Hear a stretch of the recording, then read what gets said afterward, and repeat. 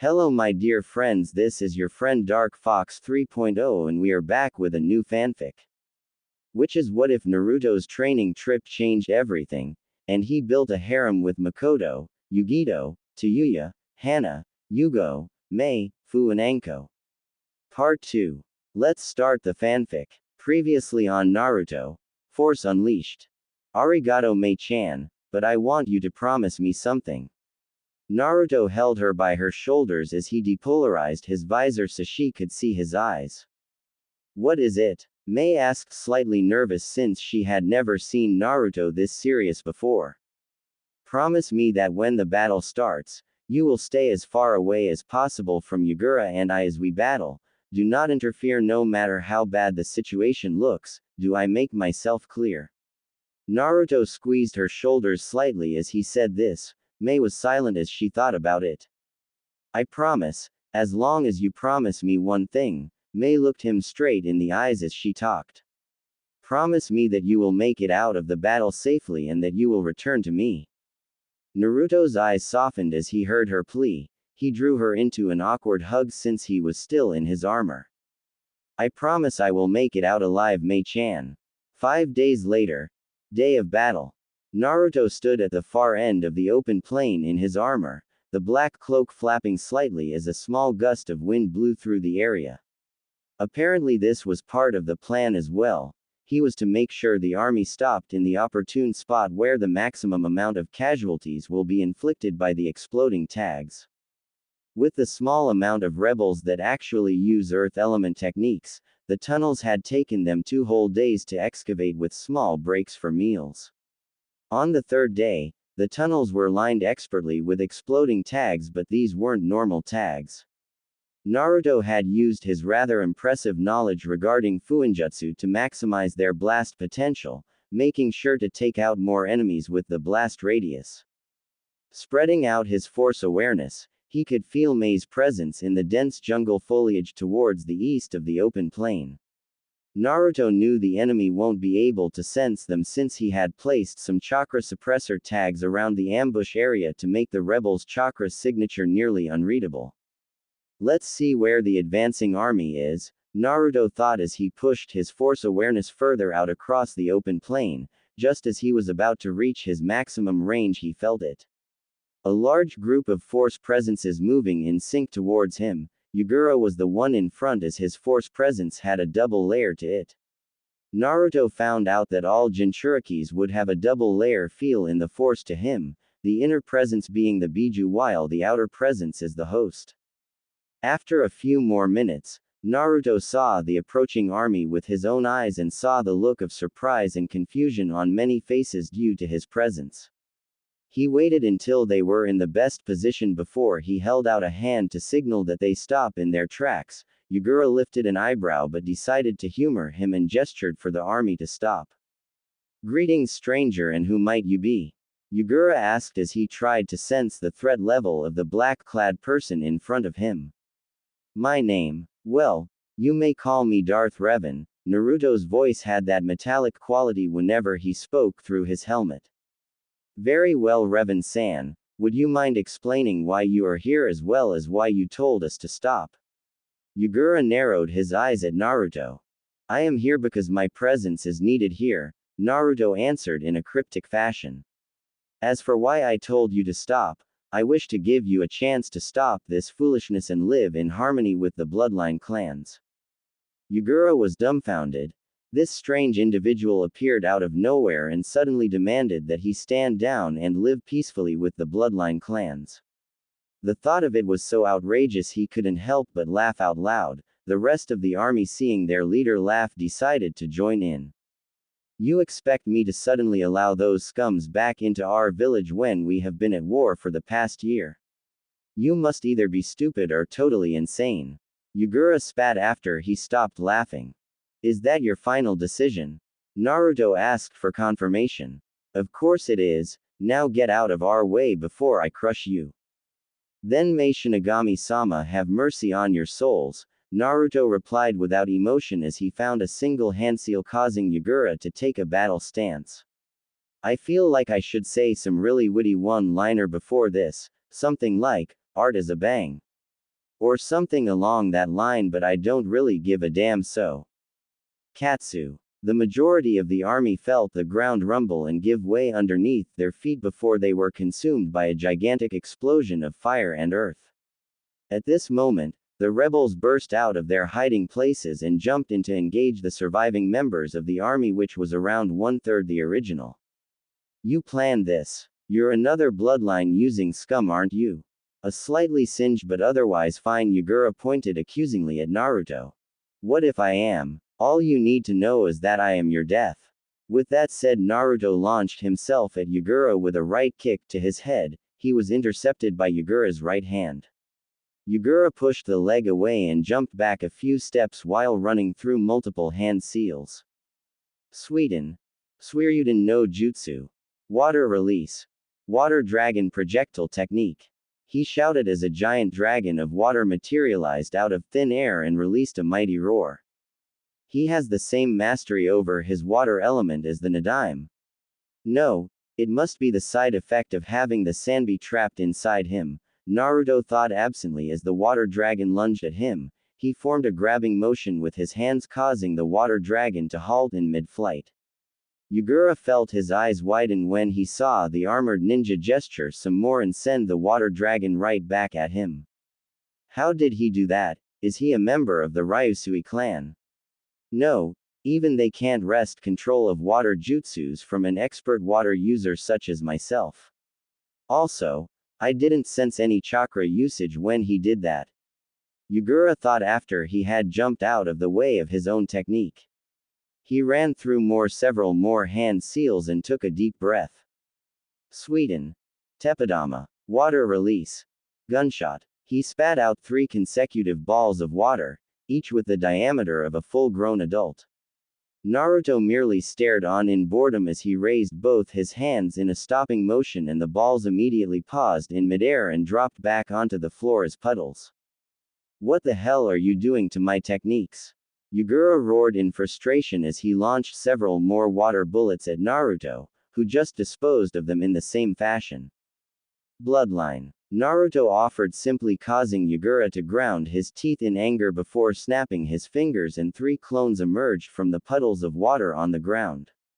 They rushed Naruto and engaged in a furious taijutsu battle that looked more like a blurring of limbs and bodies to any spectators. The clones were attacking in coordination with the original Yugura. When Naruto dodged one fist, then there would be another attack coming from his blind spot. It was only thanks to the years of practice in honing his force senses that Naruto was able to dodge and successfully counter each and every strike. Why can't I hit you? Yugura shouted in anger as he leapt backward after Naruto had disposed of his water clones. Is this all you have? Don't tell me you made Kage with these pathetic skills. Naruto taunted, causing Yugura's face to turn red from rage. Don't belittle me. He ran through some hand seals. Suiryuden. Baku Sushoha. Water release. Bursting water collision waves. Yugura spat out a torrent of water that covered the area around them. Naruto watched as the young Kage sped through more hand seals. Suiryuden. Tsunami o Okada no Jutsu. Water release. Raging tidal waves technique. Naruto whistled in approval as the water in the area gathered into several giant waves that were heading to his position. He quickly placed his hands together and started drawing on the force into his palms. The force quickly became visible as a swirling, distorted ball of energy within his hands. Naruto pulled back and thrust out his hands with palms opened. Chikara no Taiho. Force cannon. He shouted as a huge wave of force energy launched out from his palms and impacted into the oncoming tidal waves. The result was a spectacular explosion of water that rained back onto the ground. Naruto grinned at the slight look of fear in Yugura's eyes before it disappeared once he had reined in his emotions. Looks like I have finally found a worthy opponent, Yugura mused as he ran through more hand seals. More jutsus. Haven't you learned your lesson? Naruto mocked him but didn't like the smirk on the young Kage's face. Oh, I did. Raiden. Kaminari Ransu. Lightning release. Thunder lance. Yugura's smirk increased as he heard the armored figure cry out in pain as the jutsu hit him. The technique was meant to pierce, but it looked like the armor blocked it. Son of a bitch. I didn't know he could use lightning techniques. Naruto panted. Though the armor stopped it from piercing him, it also acted as a conductor and shocked his entire body. You shouldn't have gotten Naru-kun. Your force awareness would have normally sensed that attack coming, but you allowed your confidence to get the better of you. Kyuubi chastised him from within the seal. I know, Q-chan. Naruto sighed mentally. Okay, no more fooling around with this guy, time to get serious. Mei had heard Naruto's cry of pain and turned to see his smoking form crouched in the water. She almost ran to help him but bit her lip when she remembered what she had promised. She took one last look at Naruto's rising form before turning around and leaping back into the battle. She would place her trust in him once more. Guess I got a little overconfident there. Naruto coughed slightly as he dusted himself off before running through some hand seals. Yugura saw this and ran through his own. Fuden. Datapa. Wind release. Great breakthrough. Sweden. Dai Teppadama. Water release. Great gunshot. The two techniques clashed in the middle and exploded in a spray of water and mist. The two combatants burst out of the mist and engaged once more in a taijutsu match. Naruto caught a right hook and countered with a high kick to Yugura's left shoulder but was blocked by his left arm. Naruto grinned as he pulled his left hand back and thrust it directly into Yugura's chest and released a powerful force push that knocked Yugura back a fair distance. Yugura coughed out a few drops of blood as he got back to his feet only to see an armored fist make contact with his jaw that sent him flying into the air. Naruto used a force-enhanced leap to jump up to his aerial opponent and delivered a series of powerful blows before force blasting him back into the ground. Yugura groaned as he pulled his battered body back up as Naruto landed back on the ground. He quickly formed several Mizu Bushins to buy himself some time to catch his breath.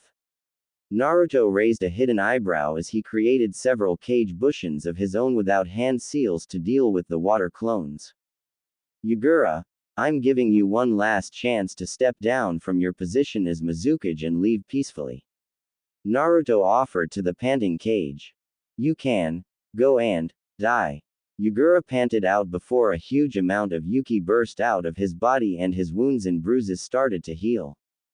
I'm not done yet. Let me give you a taste of my true power.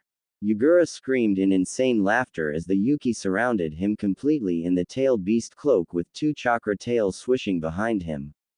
Shit, this just got way harder.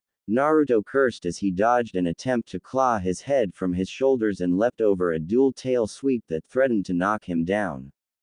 Stay still, you little shit, so I can kill you.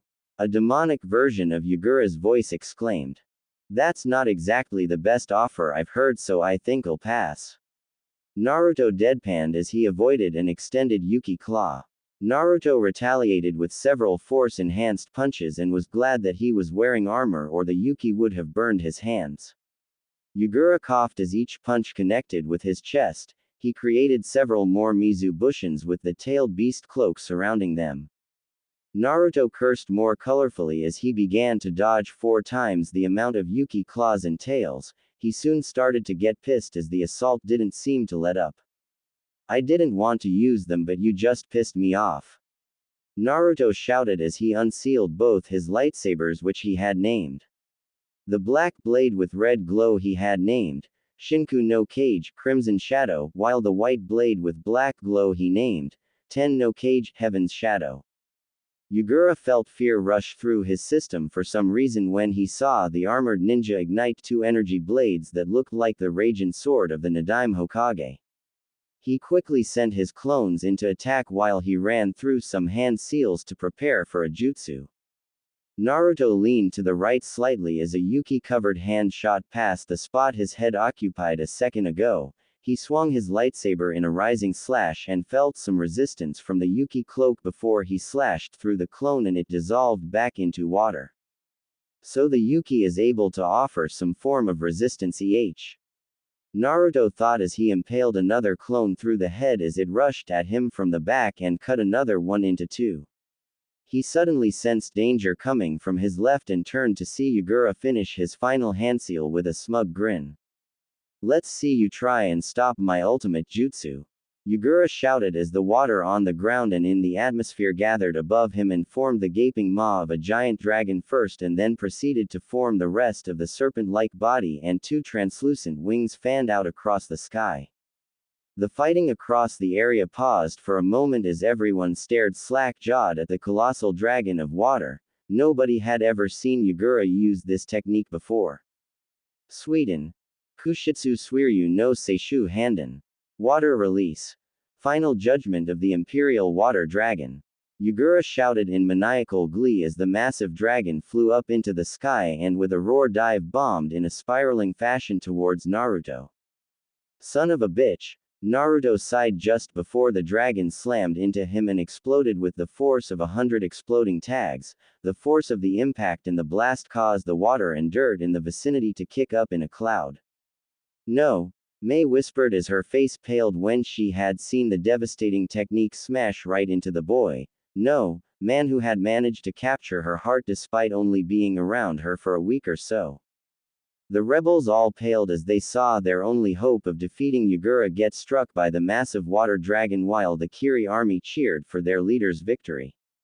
Yugura himself was panting heavily since that jutsu used almost all of his chakra that he had left. He laughed in triumph until a voice sounded across the field. What's so funny, you piece of shit?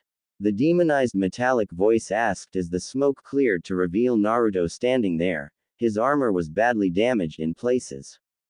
The shocking thing was the tailed beast cloak covering his entire armored figure, and it seemed to be repairing the damages made to the armor as well. The Yuki formed two rabbit-like ears atop his head and two swishing red Yuki tails behind him. Why, you're a host too. Yugura shook in fear as he knew only one Biju who had that appearance, the strongest of them all, the Kyuubi no Yoko. Why, yes, I am, surprised. I didn't even plan on using Q-chan's Yuki, but I probably wouldn't even be standing here if I didn't use it. Damn, that jutsu packed plenty of power. Great job creating it.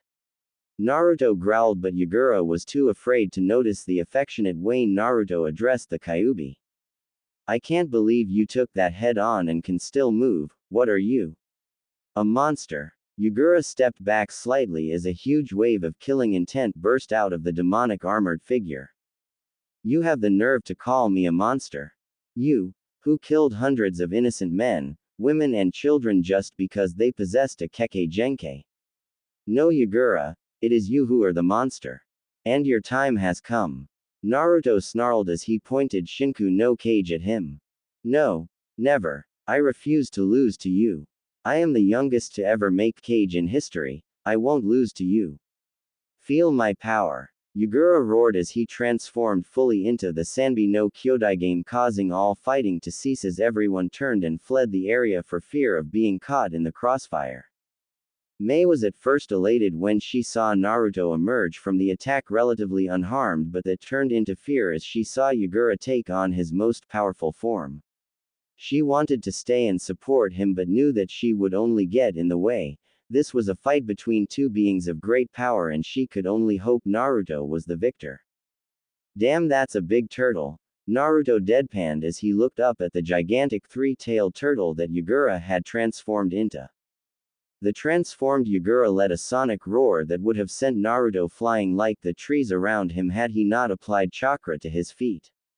Naruto was forced to leap to the side as a gigantic armored tail smashed into the ground he was previously occupying, and jumped again when another tail headed for his position. The final tail shot at him while he was airborne. He twisted to the side and grabbed onto the tail as it shot past him. He pulled himself up onto the tail and ran down it on all fours as he tried to get to the head. Yugura shook himself to try and dislodge Naruto from his back. Wow, down boy, Naruto joked as he held onto the shell with his Yuki claws and shot off towards the head while dodging the three swinging tails that threatened to knock him off. Upon reaching the head, Naruto ignited both his lightsabers again and spun them around once. I said down. Naruto roared as he plunged both lightsabers up to their hilts into the armored head of the transformed Yugura and then pulling them out and force leaping back to the ground.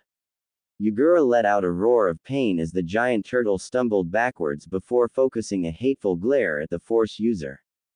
Yugura gathered water and chakra into his mouth before launching two spheres of water straight at Naruto, who quickly used the force to knock them off target slightly. I'm done playing a fool with you, Naruto growled as he turned off both lightsabers and resealed them into their respective storage seals. He concentrated and called on as much force power as possible to gather in and around him. The dirt kicked up as a blue aura spiraled around his form. Yugura could sense his growing power and quickly launched all three of his tails at him in a bid to stop him from gathering more power. Too late, Naruto whispered as he held out both hands in front of him and caught all three tails in a force grasp and pushed them back to Yugura. He then used the force to grab the turtle's head and slam it repeatedly into the ground, causing it to go into a slight daze. Naruto raised both hands to his shoulder height, causing all the kunai, shuriken, rocks and even trees in the area to levitate off the ground. He gestured towards the gigantic form of Yugura and immediately all of those objects shot off as improvised projectiles that pierced, cut, smashed and impaled him. Naruto breathed in deeply and exhaled as he fought to lift his arms as if there was a great weight on them. Both sides watched on in awe as the massive turtle was lifted into the air inch by inch. Naruto was starting to pant as he inverted Yugura so that his head was pointed at the floor and slammed it into the floor once, twice and one final time before he let the body fall to the ground. Yugura let out a sound that was in between a growl and a groan as he hauled his giant turtle form back to its feet. He once again charged chakra and water into his mouth. Naruto frowned when he saw this and lifted out his right hand in a closed fist, causing Yugura to be unable to open his mouth. With nowhere to go, the condensed sphere of water chakra exploded inside the unarmored mouth of its user. The giant turtle started to choke on the water before managing to hack it all out. He turned to face his opponent. Naruto had gathered force energy over both his arms, causing them to crackle with purplish blue lightning that raced up and down the length of his entire arm. He pointed both hands at the massive form of Yugura with fingers splayed out and unleashed a torrent of the deadly purplish blue lightning right at him. Yugura howled in pain as the lightning coursed through his entire system. It felt like both his body and soul were being electrocuted by the strange lightning. Naruto was panting as he stopped his barrage for a second. The smoking form of the giant turtle tried once more to rise in a last-ditch attempt. Naruto shrugged as he let loose another stream of force lightning at Yugura, who once again started howling in pain from the lightning. Suddenly the massive turtle form started to shrink and shift back into the scorched and damaged body of its young host. Naruto extinguished the lightning on both his arms and walked towards the body. Yugura noticed from the corner of his eye the approaching form of the armored individual and smiled slightly. Naruto was confused as he saw the smile. "Why are you smiling?" Naruto asked, his voice having turned back to normal after he reined back in Kyuubi's Yuki. "You managed to break the hold the genjutsu had on me," Yugura coughed out, causing Naruto to gasp in surprise. "I was right. Who placed this genjutsu on you? It has to be someone strong since you couldn't break free of it and no one noticed it." Naruto's hand glowed green with healing chakra but was stopped by Yugura's hand. "Stop, I will tell you the name of this person, just promise me one thing," Yugura wheezed. "Alright. Just let me heal you first." Naruto was interrupted by Yugura. "No, it's alright, I can't face my people, after what I've done," he rasped out as a frown appeared on Naruto's face, but he accepted the dying Jinchuriki's wish. "I want you to find someone strong to lead Kurigakure after I'm gone. Someone like Terumi may yes, she will make a fine leader." Yugura smiled slightly. "I will make sure of that. Now who was it?" Naruto asked again. "His name is Uchiha Madara." Yugura whispered, causing Naruto's and Kyuubi's eyes to widen at the name. Flashback no Jutsu. Q-chan, a 7-year-old Naruto called out after they were done training for the day within his mindscape. "Yes, Kit," Kyuubi replied as she turned to look at him. Why did you attack the village? Naruto asked. Well, Kit, I guess it's time I told you about it, Kyuubi sighed. When your mother was giving birth to you, the seal containing me inside her was at its weakest and somebody found out about that.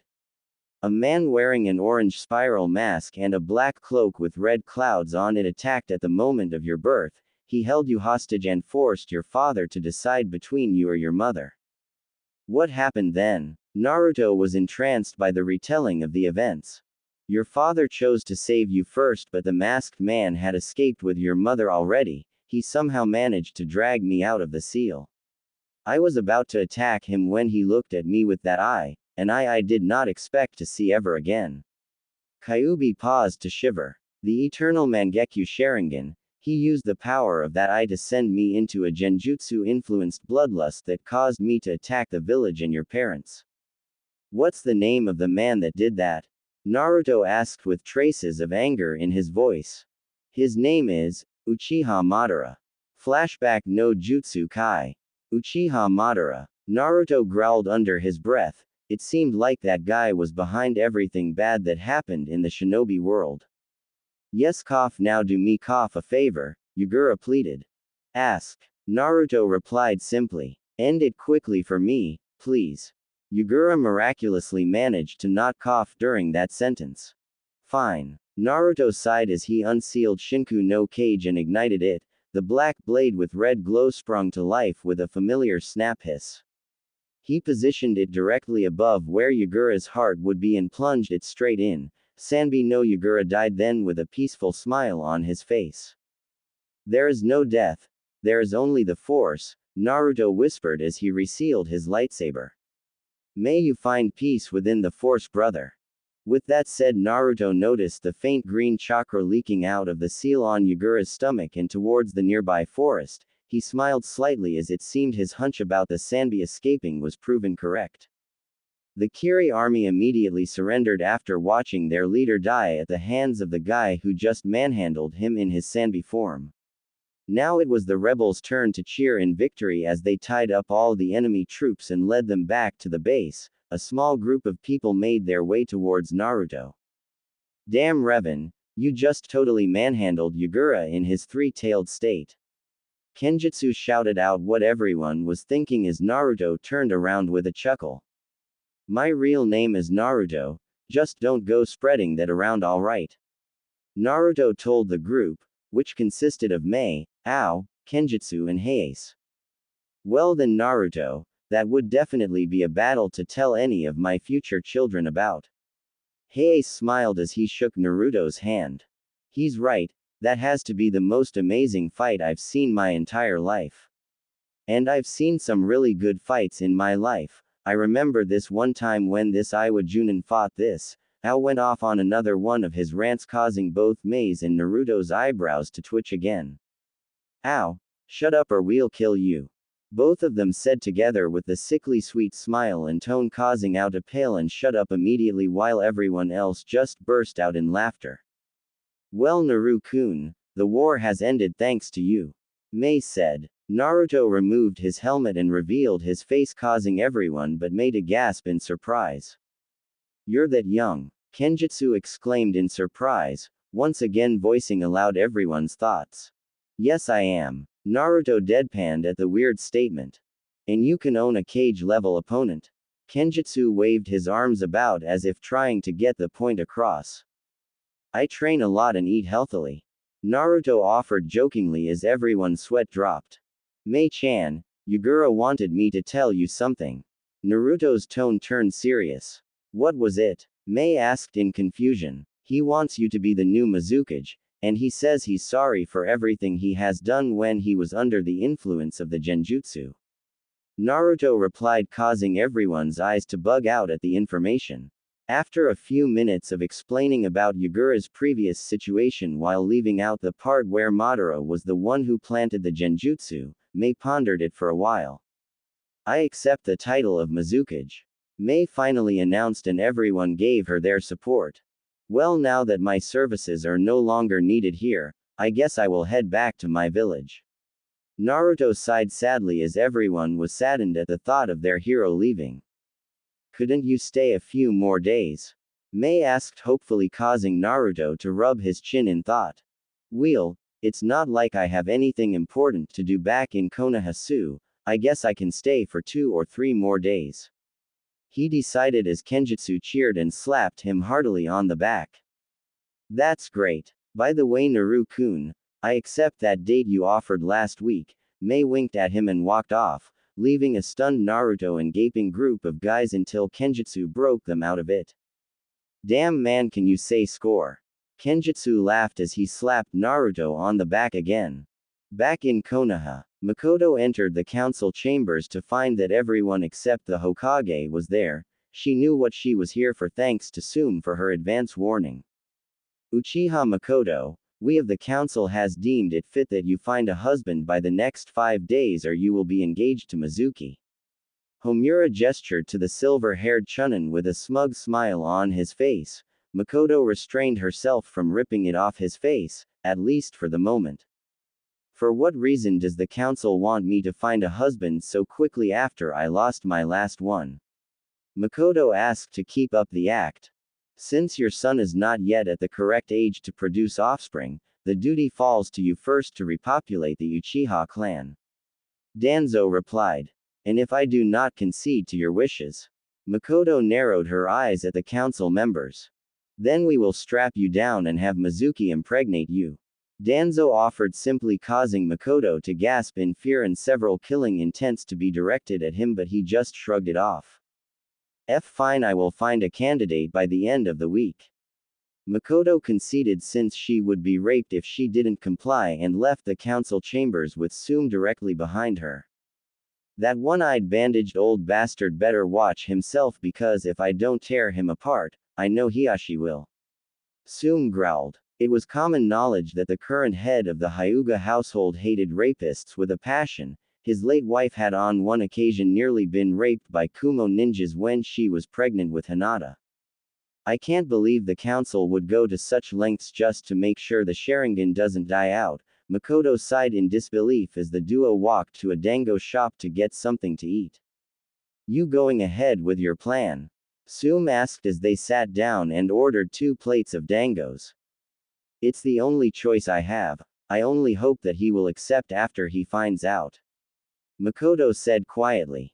Don't worry, if he is anything like you told me, then he will definitely accept it. Sume pet her on the back comfortingly. With Danzo, what is the condition of the patient? Danzo asked the root medic that was just done examining the comatose body of Uzumaki Kushina. I'm sorry sir, but she still doesn't show any sign of responding to the medical jutsus we are trying on her. Not even our best medic has been able to get the slightest movement out of her. The root medic reported as he read from his clipboard. Damn it, why aren't any of our methods working? Danzo ground his teeth in frustration as he needed Kushina to be awake so he could use the death of her husband as a means to turn her into an emotionless root member. If that didn't work, he could always lie and say her son didn't survive the sealing as well, but all the planning went down the drain just because she wouldn't wake up. Keep trying different techniques and let me know if there are any changes. Also keep things as discreet as possible. If Hiruzen, or even worse the Jinchuriki, finds out we have been holding her here, then even Kami won't be enough to save us. Danzo ordered the root medic as he turned to leave the room. By your will, Danzo-sama. The root medic saluted as Danzo left. Some hidden location somewhere. A man with an orange spiral mask wearing a black cloak with red clouds on it tensed slightly. The orange spiky-haired male beside him noticed it. What is it, Madara? The orange-haired male asked. Someone seems to have broken my connection with my puppet, Madara replied in an annoyed tone. Is it that serious of an issue? The male asked with an eyebrow raised. Not really. I expected someone to kill him eventually, but this is way faster than I imagined. Madara admitted as he watched the rain fall outside the tower. So we still move according to schedule. The male turned to look at Madara, revealing a light purple iris with a ripple-like pattern surrounding the pupil. Correct. Have you gathered 10 members like I asked you to, Pain? Madara addressed the orange-haired male. I only have 6 candidates so far, Pain replied. Hopefully more promising candidates will appear in time. Yes, all in time, Madara whispered as the pair silently listened to the dripping rain. Naruto sighed as he got ready for his date with Mei. Why was he sighing when he had a date with one of the most beautiful and females in the elemental nations? Well, that's because Kyuubi has been refusing to talk to him after he had informed her that he was going on a date with Mei and he didn't know why. Clueless. Why has Q-chan been ignoring me since I told her about my date? Naruto thought sadly as he missed conversing with the beautiful red-haired demoness sealed within him. Was it something I said? Naruto sighed again as he looked at his reflection in the mirror. He was wearing a black t-shirt with a matching pair of black jeans. That was all he had for casual attire at the moment since he came to Kiri to fight a war, not to attend a fancy dress party. He just hoped Mei would understand and not melt him with her lava techniques, or acidic steam. It has been a day since the war ended with Yugura's death at the hands of himself. The group decided it was best not to inform the public about Yugura being under an illusion. The Kiri army had quickly pledged their loyalty to Mei, the new Mizukage, as they didn't want to anger the guy who trashed Biju. So repair works have gone underway with both the bloodline clans and non-bloodline clans working together like they were supposed to. Naruto's presence as Darth Revan ensured that. Naruto had a small smile on his face as he walked down the streets of Kurigakure. While repair works were far from being completed, the village definitely looked better than it had during the war. As he walked towards the general direction of the building that Mei was temporarily staying in, the people on the streets waved a cheery greeting to him with smiles on their faces. Despite his initial protests, Mei had somehow convinced him to show Kiri the true face of their savior. At first everyone was shocked to see such a young face behind the menacing helmet of Darth Revan, but that quickly changed into cheers of admiration and thanks. The civilians here were among the most grateful as they suffered a lot during the bloodline purges and they showed their gratitude by thanking him at every opportunity. Naruto thought back to the previous day's announcement of Mei as the Godime Mizukage. Flashback no Jutsu. People of Kurigakure. After a year of fighting and bloodshed, the war has finally ended and we can live our lives peacefully under a new leader. Everyone, I present to you our Godime Mizukage, Terumi Mei. The announcer left the stage as Mei took his place. The crowd were cheering and clapping as she placed the Mizukage's hat on her head. Citizens of Kurigakure, shinobi and civilians alike. I, Terumi Mei, promise to return our village to its former glory and with your help, to show the rest of the hidden villages that we are stronger than ever. Mei felt a sense of pride rush through her as the crowd roared their approval. I thank you all for your support, but there is one person who we should all thank more than anyone else. The person who is responsible for ending the war and defeating Sanbi no Yugura, by himself. I give to you Darth Revan. Mei clapped along with the crowd as the armored form of Darth Revan made its way onto the stage beside her. Mei gestured to the mic, signaling he should address the village as well. As most of you should know by now, I am not a resident of Mizu no Kuni. My homeland is Hai no Kuni, Fire Country, or to be more specific Konohagakure, Hidden Leaf Village. I had overheard the conversation between the Sandaime Hokage and Mei-chan and I heard the old man decline her request for help. Naruto paused as the crowd seemed to mutter about selfish old leaders. So I approached her and extended my services for free as I believed that you all were fighting for a noble cause. However, there is another reason for me, something more personal. I know the feeling of being discriminated, the feeling of being hunted down just because you are different than everybody else, the sadness, sorrow and confusion when people call you names such as freak or monster. Naruto whispered sadly as the bloodline half of the crowd nodded in understanding while the people that originally persecuted them hung their heads in shame. I was rescued from my personal hell by 3 of my precious people, so I couldn't stand by when other people were suffering the same fate as me. Villagers of Kurigakure, please do not reveal the information I am about to share with you with anyone outside the village, even if they are your friends or relatives. My alias is Darth Revan, but my real name is Namikaze Uzumaki Naruto.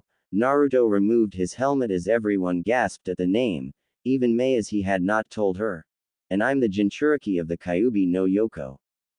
Flashback no Jutsu Kai. After he had announced his secret to the entire village, he proceeded to share the story of his life so far in Konoha, every single beating down to the last detail.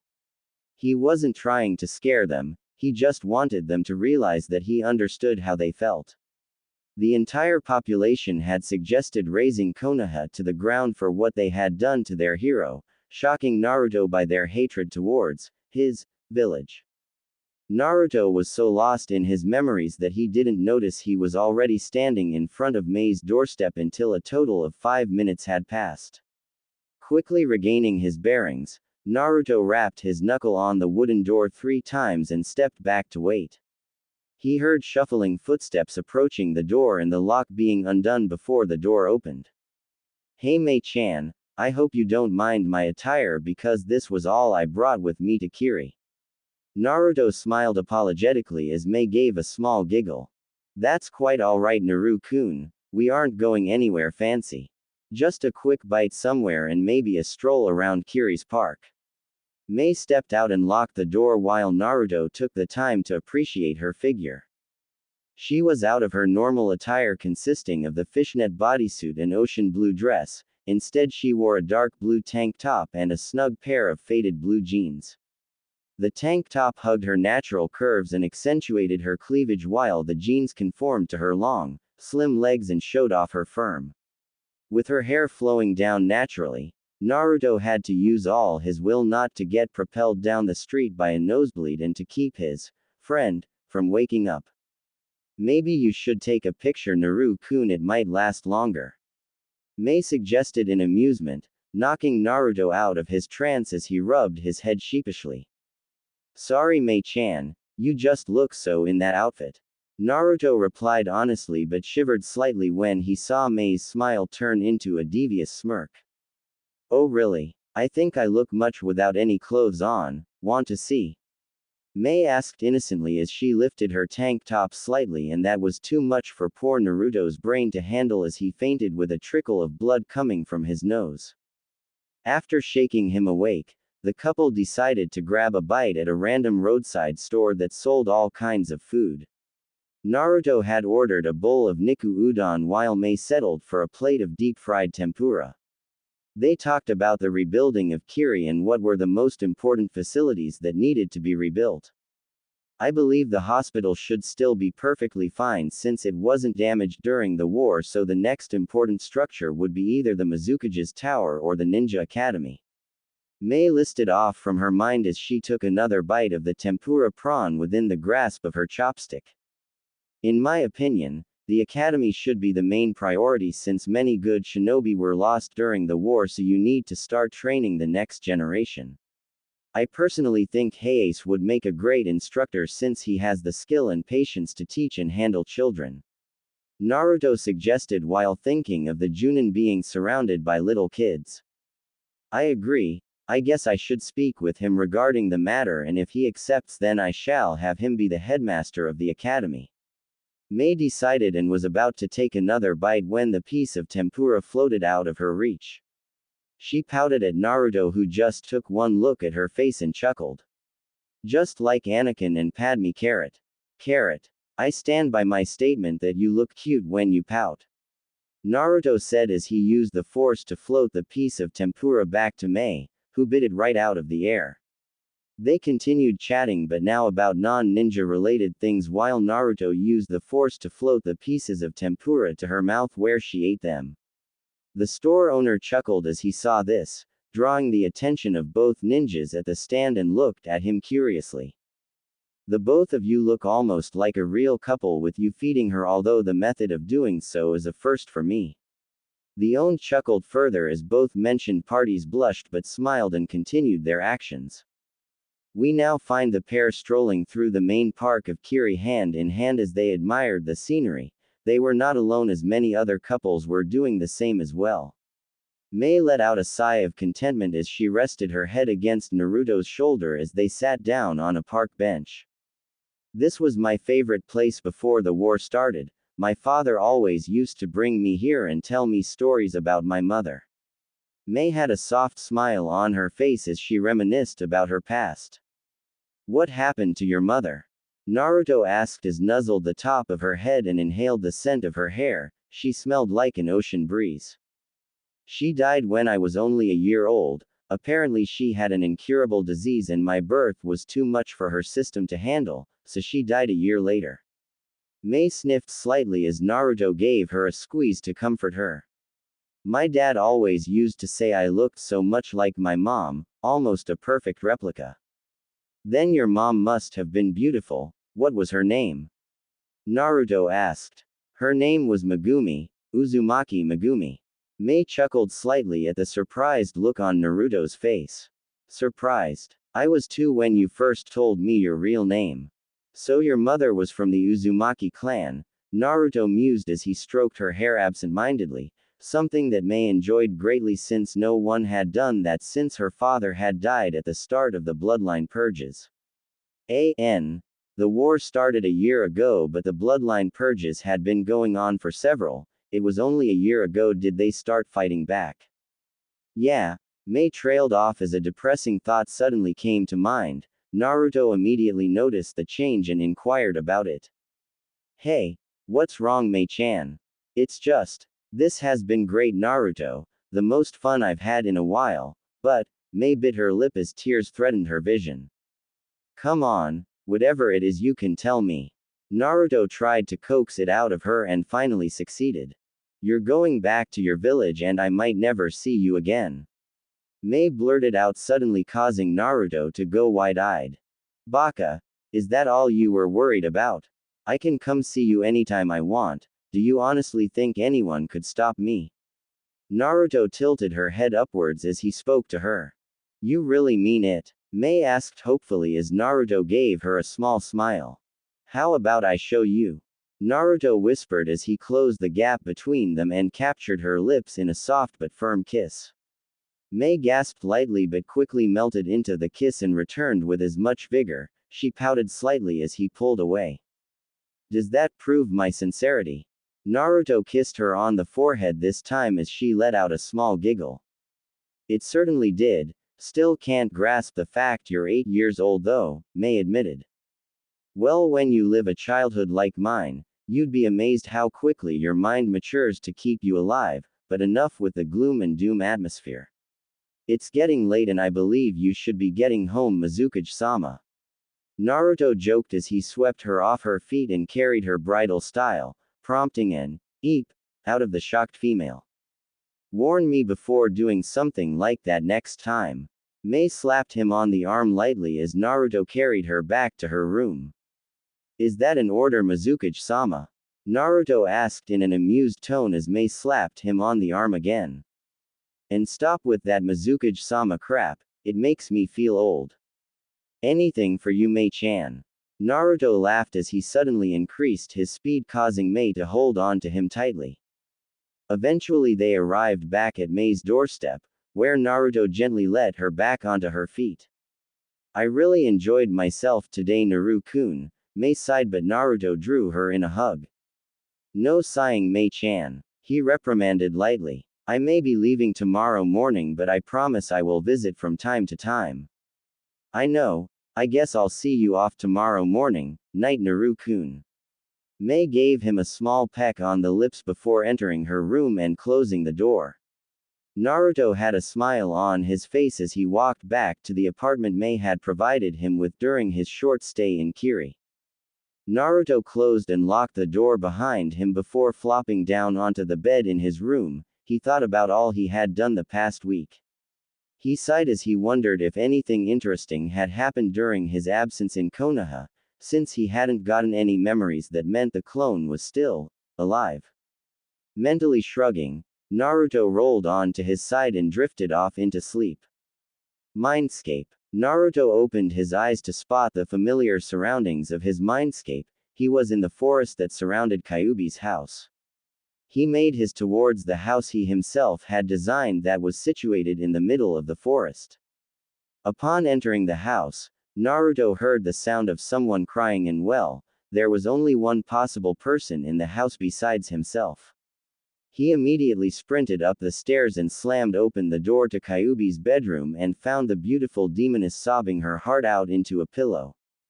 Q-chan. Naruto exclaimed in worry as he rushed to her side and tried to pull her into a hug, but she pushed him away. Why are you crying, Q-chan?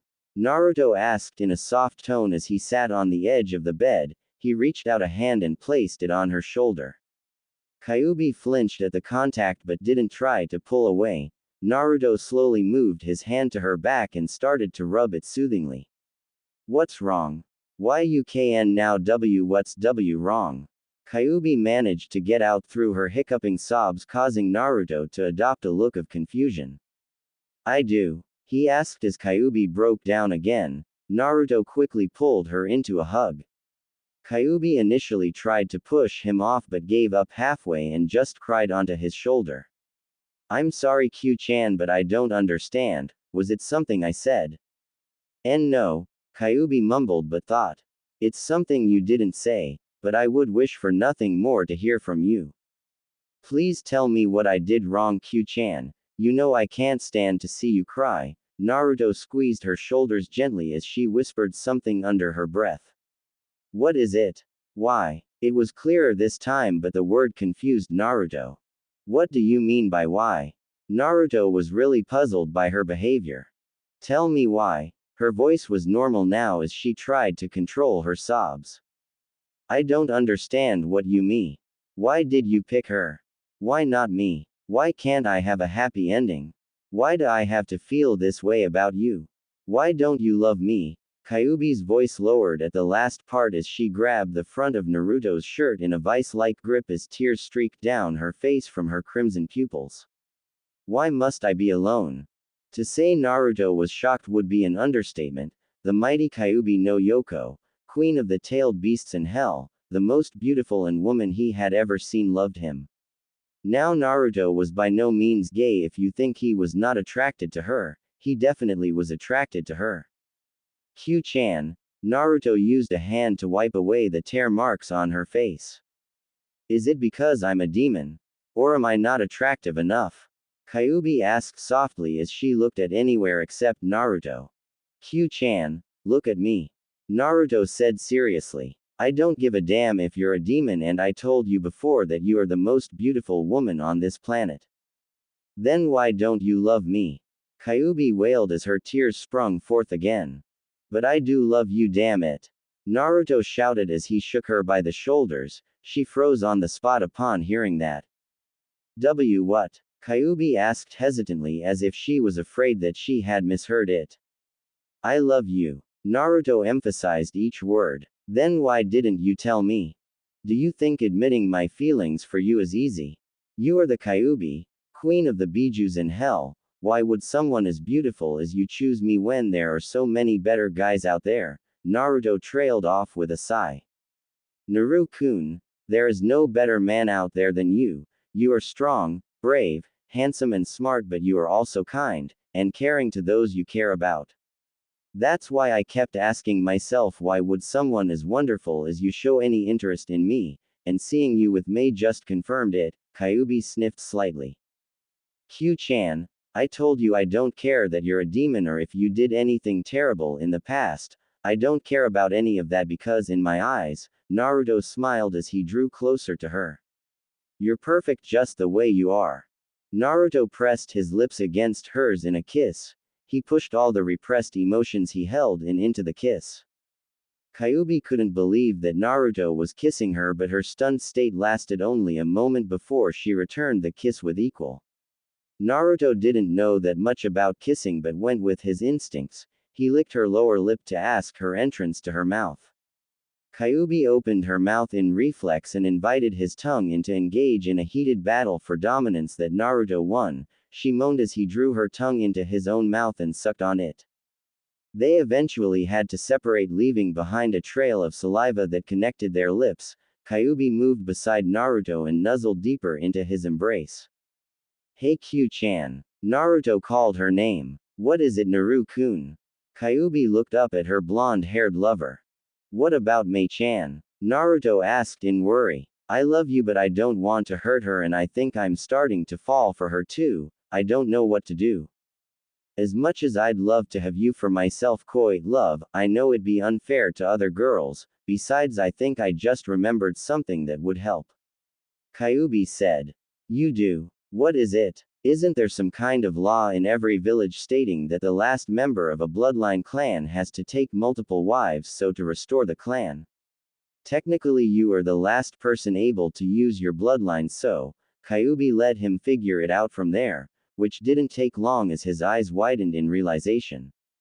I have to take multiple wives, but won't you or Mei mind sharing me? Naruto didn't want to do something that would make her sad. I already said no matter how much I'd want you all for myself, it wouldn't be fair to Mei as well as others. It is also common practice for male demons of high ranking to take multiple mates. Kyuubi gave him a peck on the cheek. But that's for being so considerate about my feelings.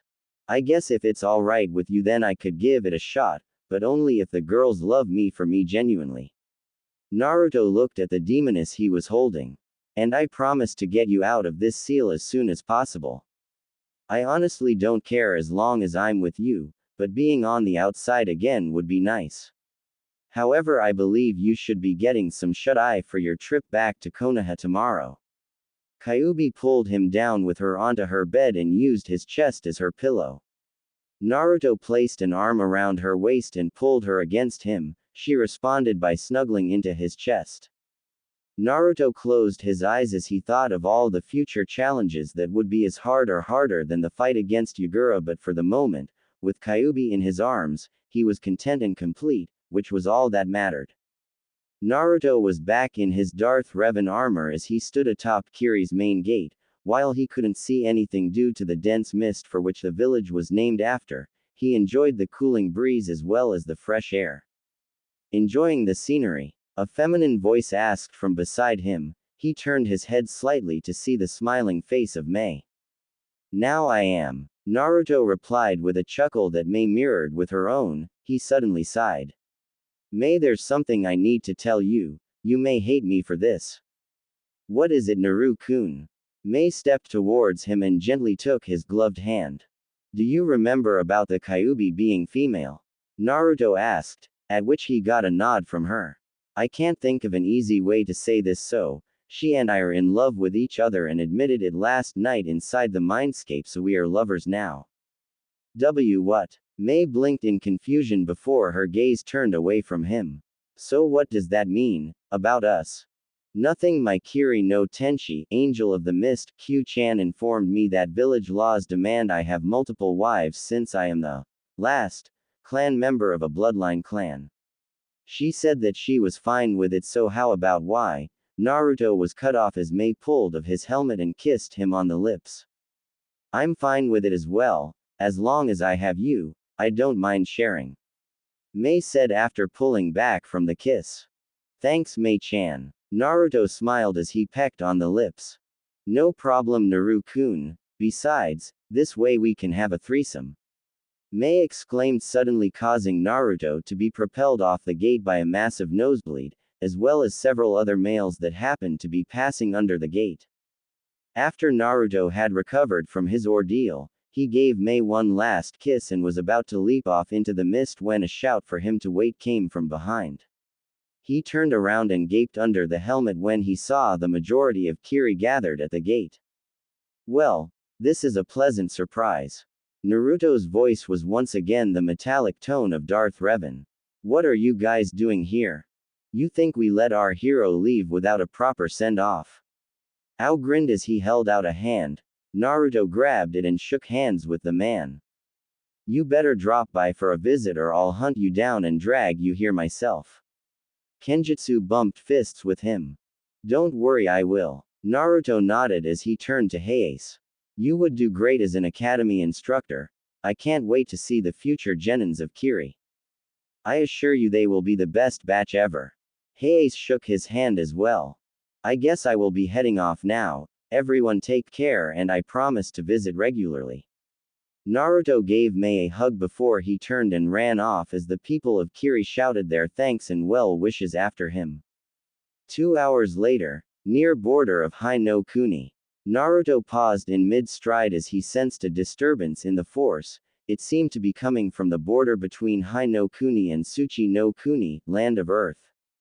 Seems like someone is in trouble, and I guess I'll go see what's happening. Damn my sense of curiosity. Naruto sighed as he changed direction and dashed off using the force to enhance his speed. Upon arriving at the origin of the feeling, Naruto spotted 4 Iwa Junins advancing on a purple-haired, Neko-masked Anbu member that was wielding a katana. On closer inspection, he noticed that she was already injured with cuts along her arms and legs and looked extremely tired. Looking around the field, he noticed the bodies of 3 Iwa Junins and 2 Konoha Anbu members, so there must have been a confrontation. Half an hour earlier, Yugo's squad had been assigned to border patrol for the day. She sighed as border patrol was one of the worst tasks for an Anbu to perform because almost nothing interesting happens. They had left the village an hour ago and started out from the west of Hai no Kuni in a counterclockwise direction. Taka reporting in, border between us and Tsuchi no Kuni seems clear. Yugo was knocked out of her thought by Taka's report over the squad radio.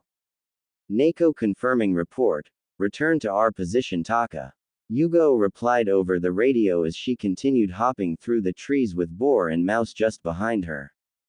Taka returning and shit. His reply descended into static after that outburst, causing the trio to pause. Taka, what happened? Taka report in, damn it. Everyone head towards where we last felt his chakra presence. Yugo shouted as they leapt away in the direction of Tsuchi no Kuni. After a few minutes of searching, they finally found Taka's bloody corpse impaled by multiple spears made of pure stone. Yugo could feel the killing intent being released by her 2 squad members. She signaled them to calm down and stay together. Doden. Doryuso. Earth release. Rising stone spears. Cried out several voices as the trio leapt into the trees as the ground below them transformed into a mass of sharp stone spikes. Oh ho ho. Very good for Konoha scum. Too bad your buddy was not as lucky as you. A gruff voice chuckled as 7 Iwa-Junin stepped out from behind the trees. Damn, Yugo muttered under her breath as she drew her katana and settled into a sword stance. Her squad mates drew out a kunai each and prepared to engage the enemy as well despite being severely outnumbered. You know that our squads were doing a routine border patrol when we started feeling bored, so I thought why not hunt some Konoha scum to get some revenge for the Third Great Ninja War. The guy who seemed to be the leader of the group laughed maniacally. Don't underestimate the strength of the shinobi of Konoha or you'll regret it.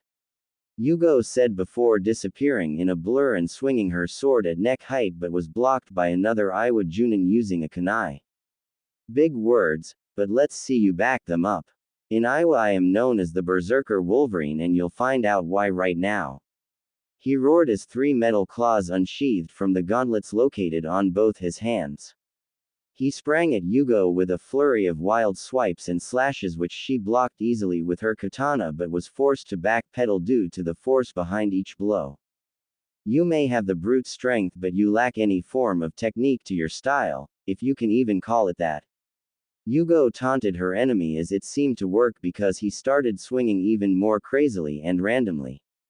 She saw from the corner of her eye that Mouse had taken down her opponent before being stabbed in the back by another while Boar had managed to take down 2 of his before being hit by an earth jutsu.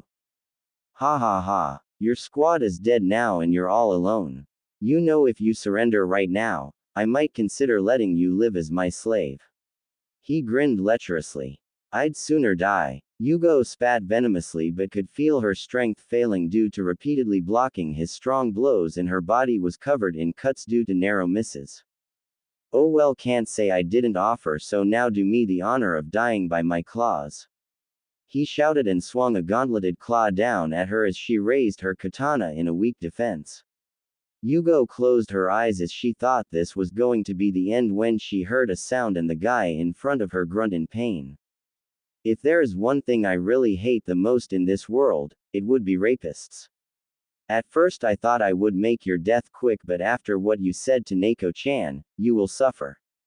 A demonic metallic voice roared as Yugo opened her eyes in time to see the black armored figure in front of her deck the guy in the face and send him crashing into a tree. Get him! The other Iowa Junins shouted as they charged at him with kunais drawn. The figure just stood there as a dark feeling started emanating from him. You dare to attempt to harm those precious to me, you dare to threaten them. My name is Darth Revan and you shall remember it because that is the name of your executioner. Naruto shouted in anger as waves of dark energy radiated from him and all the Junins dropped their weapons and clutched at their throats. Yugo watched in awe as Revan held an entire group of Junins at his mercy without even lifting a hand. It looked like they were being choked by an invisible force. Please, have mercy. A random shinobi choked out, causing Naruto to chuckle darkly. Mercy. Mercy, you say? Ha ha ha ha ha. Naruto grinned darkly under his mask. I'm sorry to inform you, but, all out of mercy.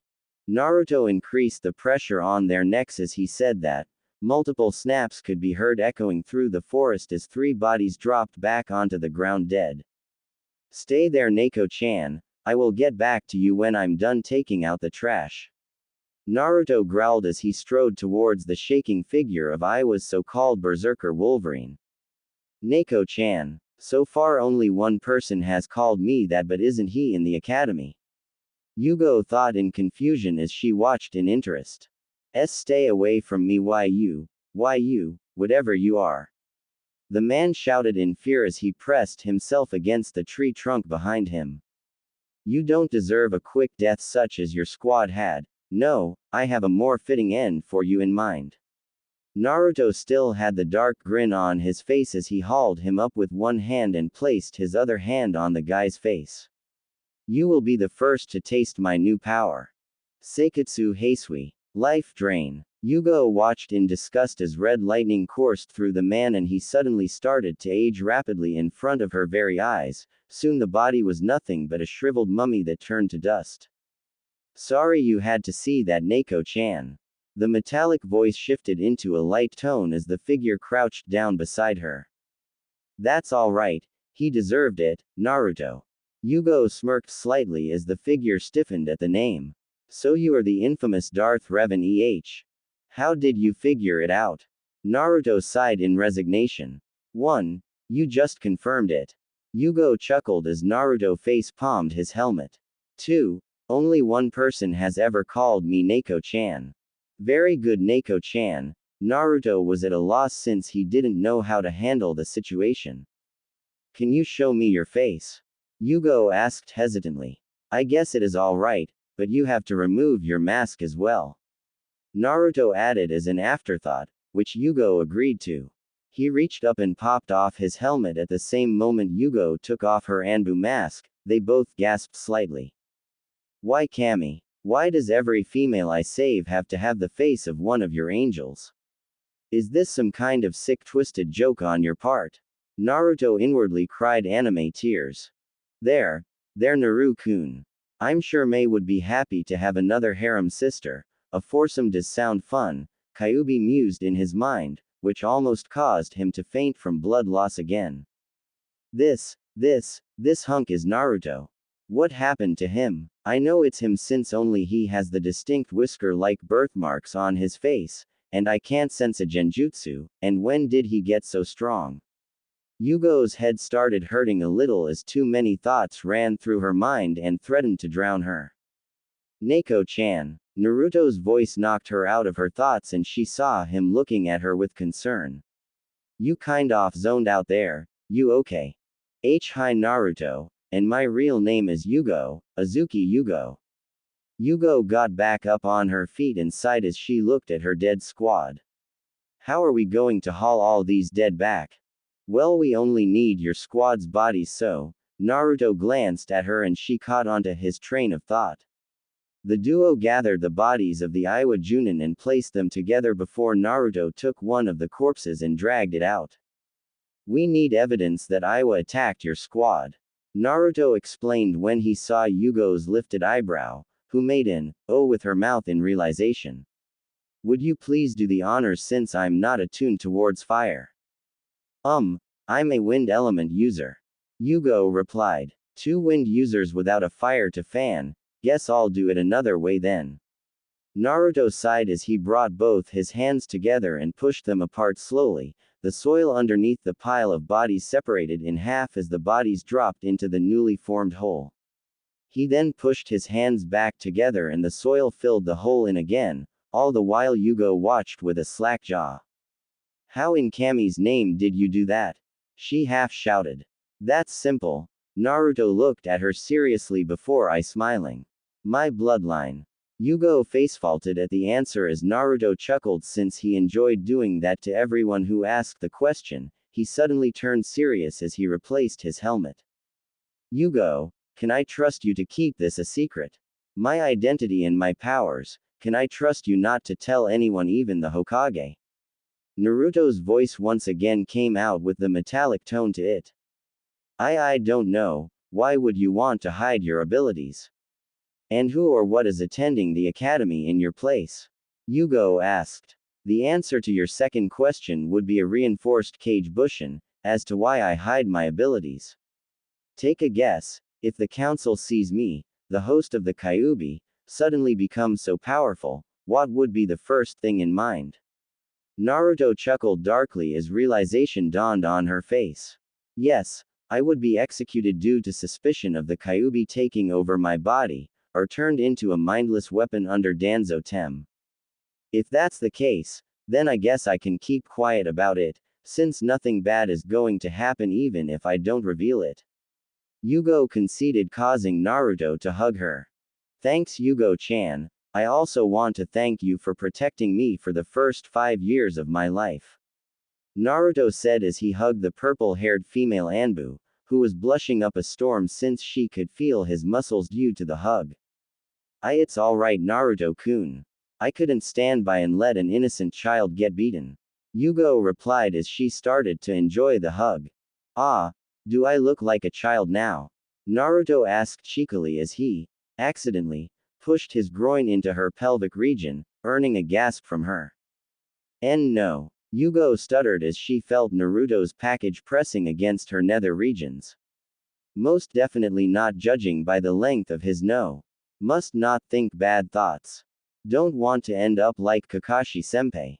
Somewhere in Konoha, Kakashi sneezed suddenly as he was walking alongside Guy, who was trying to get him to ignite his flames of youth by challenging him continuously with ridiculous challenges. My eternal rival, it appears that you have a cold. Come, I shall strip and lend you my most youthful clothes to keep you warm. Guy shouted as he began to remove his flak jacket and jumpsuit. Quote exclamation mark quote. Everyone in the immediate area including Kakashi immediately disappeared as fast as Minato using the Hiraishin technique, leaving Guy in the middle of the deserted street. Yosh. It appears my eternal rival has gotten even faster than me. I cannot allow him to beat me, so I shall train harder than before. Guy exclaimed to nobody in particular as he ran off in a random direction. Back with Naruto and Yugo. Yu-chan doesn't think I'm a child anymore. Naruto shouted in joy as he, accidentally, grinded against her further. Apparently all the teasing sessions between him and Kyuubi did pay off. That's G great and Naruto-kun B, but can why you let G go of me and now? Yugo desperately tried to prevent herself from moaning as she felt herself getting wetter and more aroused. Naruto complied and let her go with an unseen grin. Now he knew why Kyuubi found it fun to do those things to him before. Why do I suddenly feel disappointed that he let me go? Damn, I really need a release now. Maybe I should just ask him to give me another hug. No. Bad thoughts again. Must not turn into a pervert. Yugo argued internally before she realized that the bodies of her comrades were missing. Where did my dead squad go to? Oh, I sealed them into a scroll for easier transport while you were standing there spacing off. Naruto threw a scroll at her, which she caught and stored someplace safe. When did you learn how to use Fuinjutsu? Yugo asked. I just read a book about it. found it surprisingly easy to understand for some reason. Naruto shrugged as he walked towards her. Due to my Uzumaki bloodline, I guess, but no need for her to know that I know. Are we going back together? Yugo picked her katana back up and cleaned it on the grass before sheathing it. You are going to report to the Hokage and then checking into the hospital to get those wounds looked at while I am going to sneak in. Naruto poked her on her forehead, which made her pout. You forgot to replace your mask, Neko-chan. Will I be seeing you around? And I mean you, not some orange-colored monstrosity of a Kage Bushin. Yugo asked as she put her mask back in place. You may not. It all depends on the circumstances. Ya ne Yu-chan. Naruto waved as he walked off in another direction. Yugo looked at his back for a moment before leaving towards Konoha. An hour later, 12 p.m. Naruto had made it back to his apartment without notice and ate a cup of instant ramen. In his defense, it was the only thing that was edible in his cabinet. I should really stock up on food products. On that thought, I might as well get a new house because this one definitely will not do. Naruto sighed as he looked at the rundown apartment. Someone like you shouldn't be staying in a dump like this, Koi. Kyuubi added her input. I know, but what can I do? I don't have enough money. Apparently saving the day isn't as well paying as I thought. Naruto thought as he realized that he had yet to dispel his shadow clone. It's still in the academy, Naru-kun. You should dismiss it when it is out of school for the day. Kyuubi reminded him. Right. What do I do for the next 6 hours? Naruto sighed again, but in boredom this time. Why not go for a walk around the village? Kyuubi suggested, to which he shrugged and changed out of his armor but kept the hooded cloak. Streets of Konoha. I am still bored, Naruto said to no one in particular as he walked along the market streets of Konoha with the hood of his cloak thrown over his head to cover his features. He didn't want to use henge transformation, since this was a ninja village and it would be easily spotted. He was so lost in the sea of boredom that he bumped into someone by accident. He turned to apologize but smiled as he realized who it was.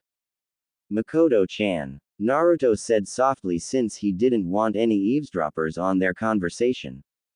That voice, Mikoto thought as she slowly looked up and into the darkness of the hood and saw only a fox-like grin, but that was all she needed to see. Revan-kun. Mikoto smiled in return as she called him by his alias but frowned when she remembered her situation. Is something wrong, Mikoto-chan? Naruto asked in concern since he saw the frown. Well, come with me, this conversation isn't meant to be outdoors. Mikoto grabbed him by his hand and pulled him in the direction of her house. Naruto blinked in confusion but went with the flow. Mikoto locked the front door after they entered before checking through the window blinds for any unwelcomed eavesdroppers while Naruto merely watched with amusement. If you wanted to know if there was anyone eavesdropping, then the answer is no. He offered helpfully. How do you know? Mikoto asked. I'm just that good. Naruto smirked as Mikoto sighed, somehow expecting that kind of answer from him. So what was it you wanted to talk about, or are you just trying to get me into your bedroom? If Mikoto was drinking something, she would have done the classic and inevitable spit take, but alas, she had to settle for tripping over her own feet. What the hell are you saying? Mikoto shot back to her feet as she pointed a trembling finger at him. Her entire face was one massive blush. Just putting facts together. 1. You practically dragged me here. 2. You locked the door, which is uncommon in ninja households. 3. You checked the windows to make sure no one was spying on us. Naruto raised a finger with each point. That's because this is an important conversation. Mikoto cried out in frustration. I'm just saying, from my point of view it looked like you were going to seduce me, or tie me up. Please tell me you're not one of those bondage fans. Naruto imagined Mikoto in a leather outfit standing over his tied-up form. On second thought, that's not so bad. Mikoto opened her mouth but nothing came out, so she settled for burying her head into her hands. This was the guy who was supposed to help her. Okay, I've had my kicks. Now tell me what's on your mind. Naruto said as he suddenly adopted his serious persona, causing Mikoto to look at him strangely. What? Nothing. Naruto, I have a favor I have to ask you. Mikoto sighed as she fiddled with her hands. What is it? Naruto asked. Naruto, marry me. Mikoto could feel the blush returning full force when she said it. Naruto's eyes almost popped out of their sockets when he heard the favor and did the first thing that came to mind, he fainted. Mikoto blinked and looked at Naruto's prone form. That could have gone better. She stated and went to find a wet cloth to wake him up, all the while mumbling something under her breath. Bondage, huh? 5 minutes later, Naruto stared at Mikoto, who had just finished explaining her situation. His eyes narrowed and went from the normal cerulean blue to ice-cold blue, and if you looked closely you could see slits in the pupils. Who was the one who requested this again? The voice that came out wasn't his normal one or the metallic one of Darth Revan. His tone was as cold as ice at the moment. A chunin named Mizuki. Mikoto replied, but shivered a little at the frigidness of his answer. Ah, the silver-haired academy instructor. Wait here for a moment while I go correct this for you. Naruto stood up and moved towards the door but was held back by Mikoto's hand. He looked at her with a puzzled expression. You can't kill him no matter how much of a bastard he is. Can we just do it my way, please? Mikoto begged as she looked at him with teary eyes. I don't want to be raped. Naruto sighed as he pulled her into a hug and rubbed her back soothingly with his right hand. How do I keep ending up in these situations? Probably something to do with karma. Kyuubi suggested. But I haven't done anything bad. Okay, I didn't do anything bad to people that didn't deserve it. Naruto corrected as he remembered all the people he killed. You call having a hot MILF asking you to marry her bad luck? Kyuubi asked as if he was stupid. No. Naruto sighed again. He seems to be doing that a lot, hasn't he? Mikoto-chan. Naruto placed the teary-eyed woman on the couch again and sat beside her. Do you want to marry me only because of escaping your fate? Mikoto opened her mouth to say yes when she started to really think about it. While she would be safe from Mizuki, that wasn't the only reason. Not really. I also want to marry you because I think you're a good person. You saved me during the massacre. You are also brave, strong and kind, not to mention very handsome. Mikoto admitted with a blush. I think I might have begun to fall for you after you saved me. Mikoto-chan, you must know something before I can agree to this. Naruto looked her right in the eyes as he spoke. I have to take multiple wives because of my bloodline, and I already have 2 who agreed to share me. Are you willing to do that? Naru-kun, I guess I would be willing to share, but you have to treat all of us equally. Mikoto demanded. Who said I wouldn't? Naruto chuckled as he pulled her into a kiss. Thanks to Mei and Kyuubi, he had some experience now. Mikoto moaned into the kiss as Naruto forced his tongue into her mouth and explored it with his tongue. He pulled back with a grin as he watched Mikoto regain her bearings. Now there are many things you have to know. 5 hours later, Mikoto had spent the entire time Naruto had been retelling his double life as Darth Revan with her mouth hanging off the hinges. She finally managed to close it after the explanation ended. If that came from anyone but you, I would have told them to get their head checked immediately. Mikoto deadpanned while Naruto scratched his head sheepishly. Ending a war by defeating the Jinchuriki of the Sanbi, who happened to be a Kage, getting together with the new Mizukage and the Kyuubi no Yoko, who is actually female and was under a genjutsu during the attack, and killing Iwa Junins all by the age of 8. You hit the nail on the head. Naruto chuckled weakly as he stood up. Well, I guess I'll be leaving you to ponder those thoughts as Sasuke will be coming back now. Alright, you do realize you would have to show them your identity. Mikoto was referring to the council as she said it. I'll just use a small illusion to cover up my whisker marks, that way they wouldn't know it's me. Naruto leaned in and pecked her on the lips before leaving through the front door. I wonder if Sasuke would accept him as his new father. I hope he does. that way he will have a good role model to follow. Mikoto sighed as she went to prepare dinner. Naruto's rundown apartment. Are you sure you don't have some kind of bloodline that attracts girls to you? Kyuubi commented as he lay down on his bed. Nope. At least I don't think so. Must be Kami's way of screwing with me, Naruto suggested before he remembered that he had yet to dispel his shadow clone, which should be on the way back. He concentrated until he managed to find the soul link connecting him and his cage Bushin. He sent the command to dispel and started to meditate so he could process the memories more efficiently. He stiffened as he came across the clone's memory showing Danzo exiting the abandoned building. He watched through his clone's eyes as it made its way through the window and into the building.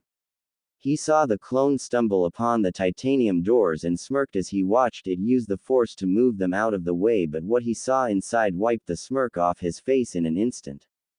What is it? Kyuubi fell silent upon witnessing the memory as well, for lying upon the bed in the middle of the room was one Uzumaki Kushina. Naruto's face was a blank as he finished processing the memories. The wind suddenly started picking up around him as his eye color flickered between blue and red. Hokage's Tower. Sarutobi Hiruzen had just finished his paperwork for the day. He stretched his old back before sitting down in the chair again and pulled out a small orange book. He was about to start reading it when suddenly a crushing pressure fell across the entire village. Even he had slight problems breathing. Danzo. An inhumane roar echoed throughout the village as Hiruzen recovered enough to stand back up and looked out the window to see a maelstrom of power slowly making its way towards the Hokage's tower. He threw off the Hokage's robe to show his full battle armor underneath and leapt out the window and moved towards the source like the other ninjas of the village. Back with Naruto. Naruto had changed back into his armor and was marching towards the Hokage's tower as Darth Revan. His visor was glowing crimson and the air around him was dense with his power. Tendrils of red and blue energy flared and swirled around him in a spiral.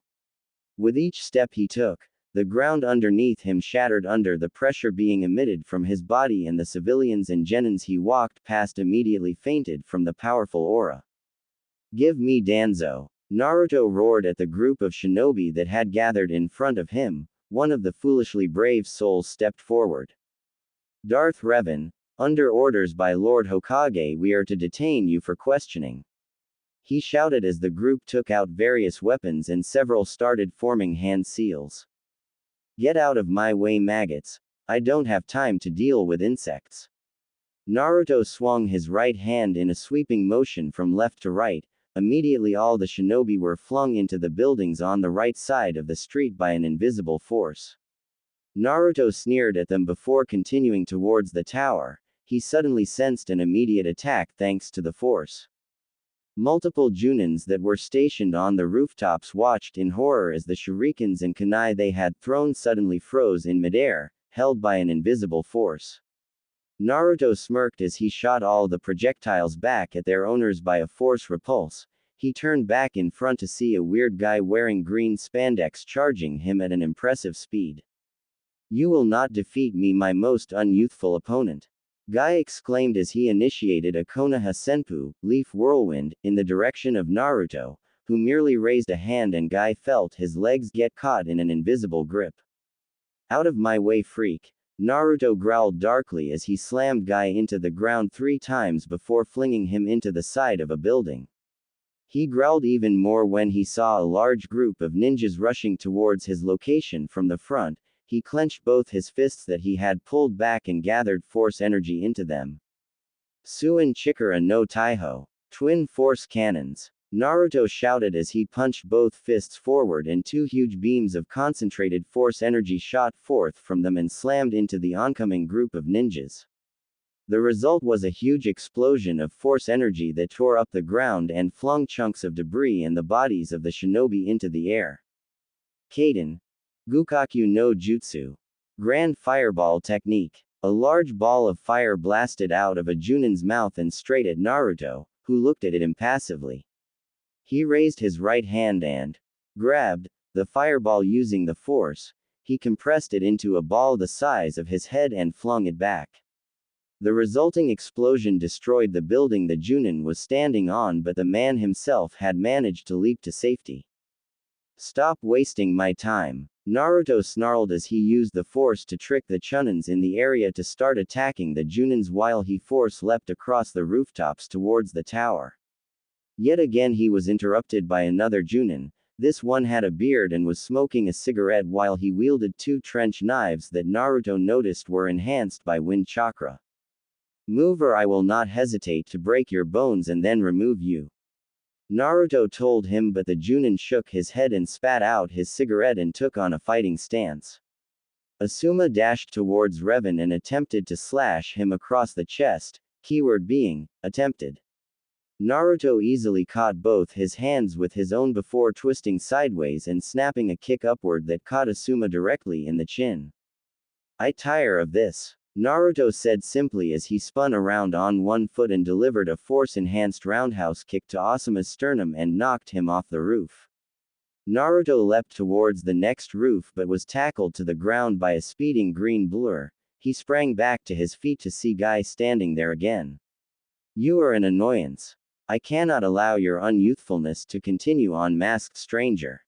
Guy shouted as he vanished in a blur but felt his neck slam violently into a waiting gloved hand. Chikara Heisui. Force drain, Naruto whispered as Guy suddenly felt all the strength seep out of his body and Naruto let his limp body drop onto the floor. He blinked as he realized he was surrounded by Junins and Chunins on all sides. Another deep growl made its way past his lips. Why do you insist on stopping me? All I want is Danzo Tem. What do you want with Danzo, Revan-san?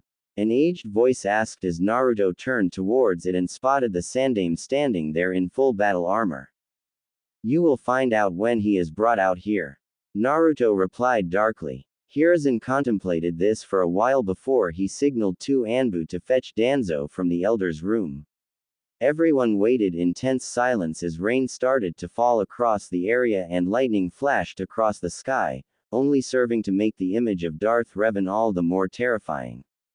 Eventually the two Anbu reappeared with Danzo, who looked at the figure of Naruto in his armor with something akin to boredom. Yes, what is it, Revan-san? You go tearing through our village and shinobi to speak to me and here I am. Danzo spoke calmly as the rain started to pour more heavily and a bolt of lightning flashed across the sky accompanied by a roar of thunder. You, it's really you, Naruto's voice trembled with barely suppressed rage and hatred. Why didn't you tell me? Tell you what exactly? Danzo replied in the same patronizingly calm tone. Why did you hide Uzumaki Kushina from me? Naruto roared as the gathered shinobi and Hiruzen all gasped in surprise that Kushina was alive and Danzo was holding her. It makes no difference if you all knew or not, she has been in a coma since the Kyuubi attack. Danzo answered again, though this time his voice held a bit of uncertainty. I could have healed her. You. How do you expect her to recover when you hide her away in some abandoned building? Naruto grinned under the mask at Danzo's shocked expression. That's a nice look for you, shocked. Yes, I know where you hid her and I already got her out of the building with a cage bushin. Danzo, what is the meaning of this? Hiruzen shouted at the old war hawk, who glanced at him. Nothing much, Hiruzen, your ideals for Konoha were always too soft. We need a militaristic approach for Konoha to reach the greatness it is destined for, so I plan to make her an emotionless puppet under me. Too bad she didn't awake from her coma. Danzo trailed off before a malicious grin came to his face. Maybe I should have just had her impregnated so I could use the baby as a. He didn't get to continue further as a huge amount of killing intent slammed into him, rendering him speechless. Everyone looked to the source of it, which was none other than the armored form of Darth Revan. He took one step forward and pointed his right hand directly at Danzo. Danzo, what is the meaning of this? Hiruzen shouted at the old war hawk, who glanced at him. Nothing much, Hiruzen, your ideals for Konoha were always too soft. We need a militaristic approach for Konoha to reach the greatness it is destined for, so I plan to make her an emotionless puppet under me. Too bad she didn't awake from her coma. Danzo trailed off before a malicious grin came to his face.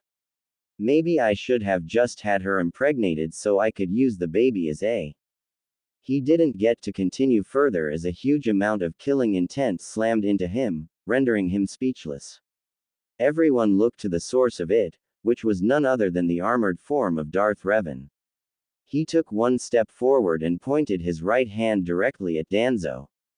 You just made the worst mistake of your life, no one is to interfere. Naruto shouted suddenly as he glared pointedly at everyone including the Hokage. This is my fight, and I am going to enjoy ripping this. Hiruzen had seen the maelstrom of power that Darth Revan could emit, so he wasn't worried about him losing, but he was worried about the amount of people that might be caught in the crossfire. So with that thought in mind, he decided to concede to Revan's request of having them stay out of the fight. All Konoha shinobi, please retreat to a safe distance from the point of battle. I have seen Revan's power and don't want any of you to be caught in the crossfire. The Sandaime shouted as the Leaf Ninjas started to back away from what they had just dubbed Ground Zero, at a rapid pace. Danzo, I suggest you take this fight seriously, for I will not be pulling my punches. Naruto snarled as he cracked both his knuckles and pointed a finger at Danzo, who frowned slightly at his remark. I'm afraid I don't know what you mean, Reva. Danzo was interrupted by a loud growl from Naruto. Cut the bullshit. I know all about that right arm of yours, and your bandaged eye as well. Naruto smirked under his helmet as Danzo started to look panicked. Stealing multiple Sharingans from the corpses of the dead Uchiha clan members and implanting them into your Mokuten enhanced right hand, as well as implanting the eye of Uchiha Shisui into your own eye socket. How could you have known? The procedure was top secret and was completed only a week prior. Danzo exclaimed in shock before his face conformed into a mask of horror at the file in Naruto's hands. You shouldn't leave your personal notes lying around where other people can just pick them up. Naruto waved the file at him before flinging it at the Hokage, who caught it in one hand and proceeded to read it. You could see the aged face of the Hokage adopt a furious expression. He kept the file in a storage seal on his armor. Danzo, I always knew you kept Root active despite my orders to shut it down, and now I have evidence to prove it, as well as your covert dealings with Orochimaru. Hiruzen managed to keep the rage from his voice. Revan-san, this traitor is yours to deal with as you see fit. I don't need your permission, old man, but thanks anyway now. Naruto chuckled darkly as he turned his crimson-visored gaze onto Danzo. Time for some fun. Naruto dashed towards Danzo with force-enhanced speed and threw a right hook that Danzo managed to catch. He lashed out with a left high kick that connected with Danzo's head and knocked him backwards. Danzo grabbed his head and hissed in pain before tearing off the bandages over his eye and right hand, revealing that he did in fact have Sharingans implanted in both places. Ha ha ha, now it's more interesting. Naruto grinned as he witnessed Danzo run through hand seals at a blinding pace and breathe in deeply. Fuden. Shinkugyoku. Wind release. Vacuum sphere. Danzo shot out multiple spheres of condensed air in a widespread pattern directly at Naruto, who yawned as he cancelled them out with a well-timed force repulse. Danzo growled at the fact that the black armored figure wasn't taking him seriously. He quickly blazed through more hand seals and took a deeper breath. Fuden. Shinku Utegyoku. Wind release. Great vacuum sphere. Danzo exhaled a larger and more condensed sphere of wind chakra at Naruto.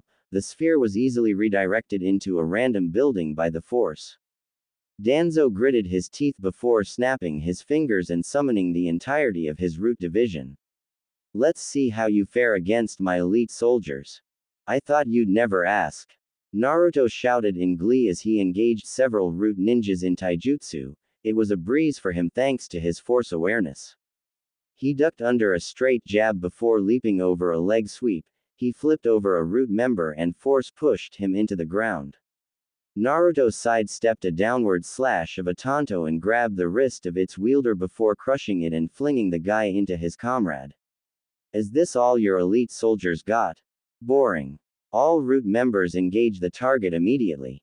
Danzo screamed as all the black-clothed root members leapt at Naruto with tantos drawn or started to run through hand seals.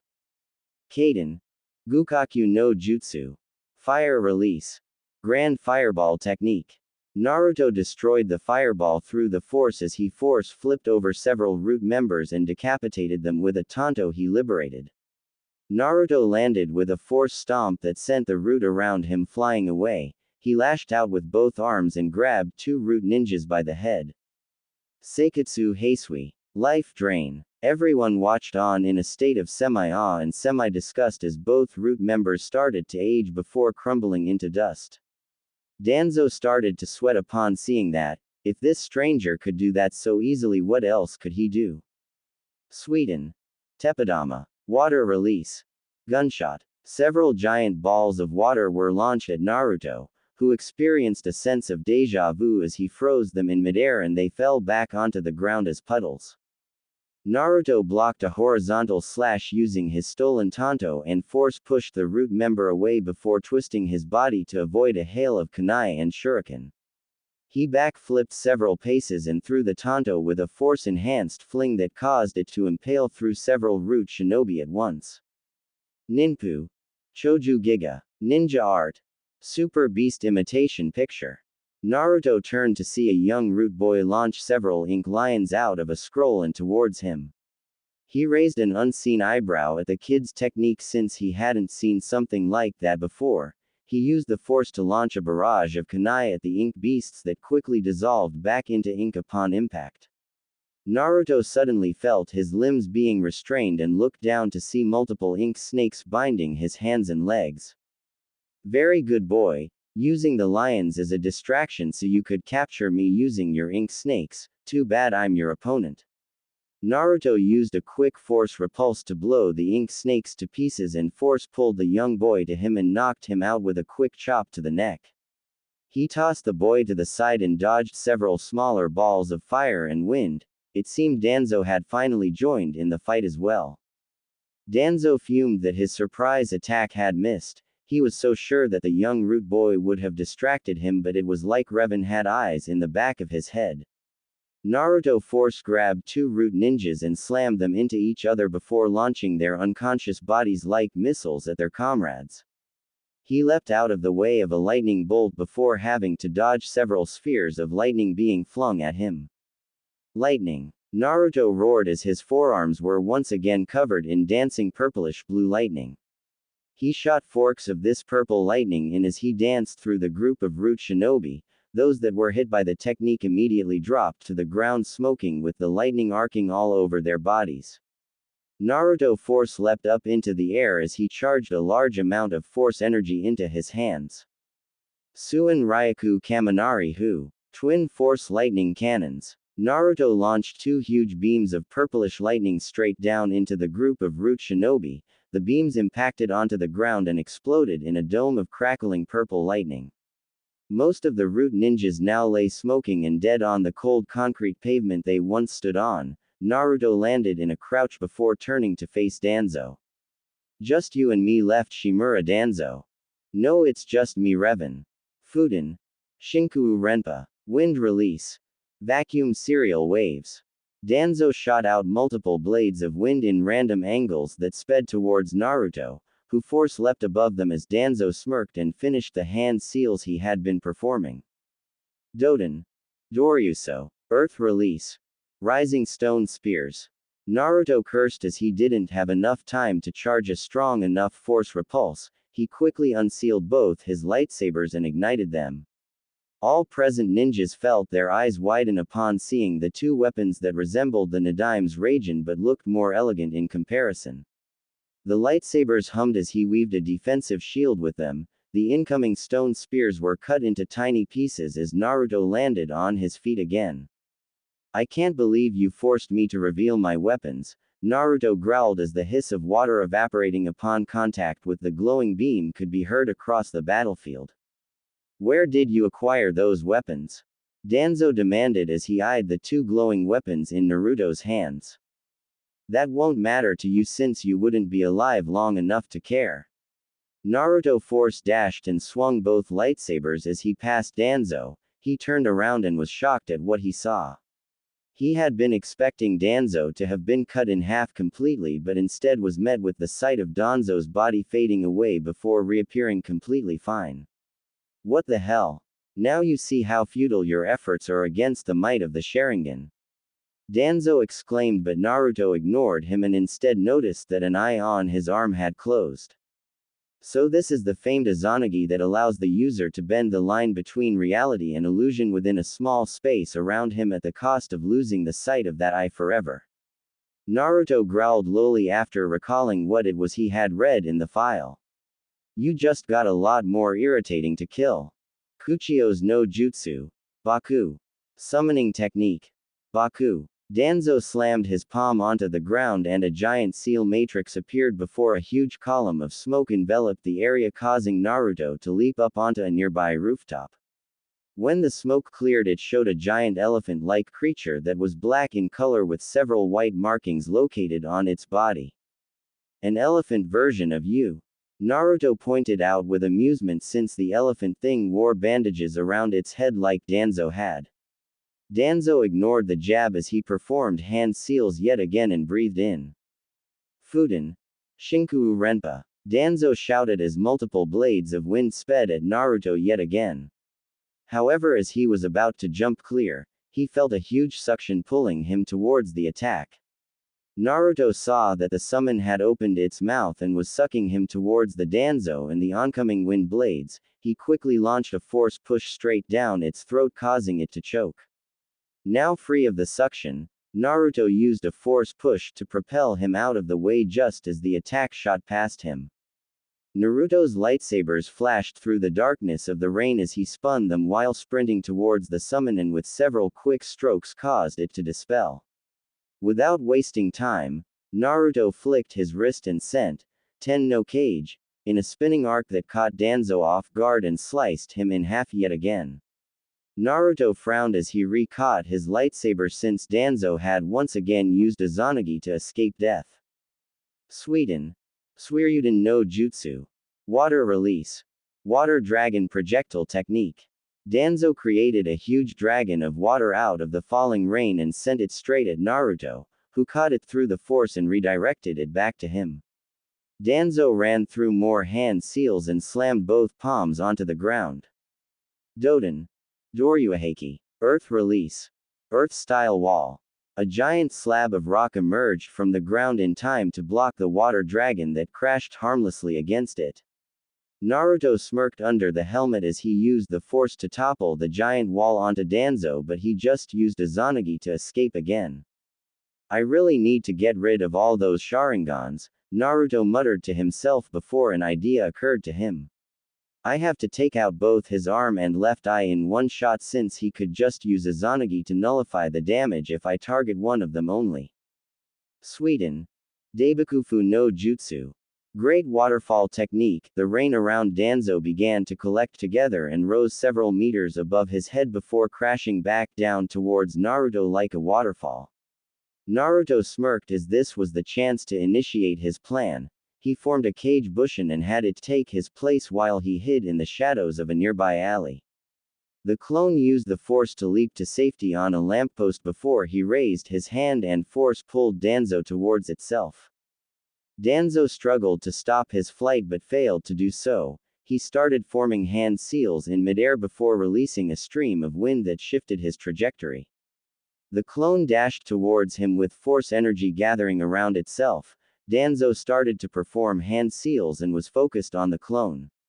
Naruto took the opportunity and burst out of the alleyway. He dashed towards Danzo with a rising slash that took off his right arm at the shoulder. Before Danzo could use Izanagi again, the clone shot forward with a burst of speed before using Henge to turn into a kunai.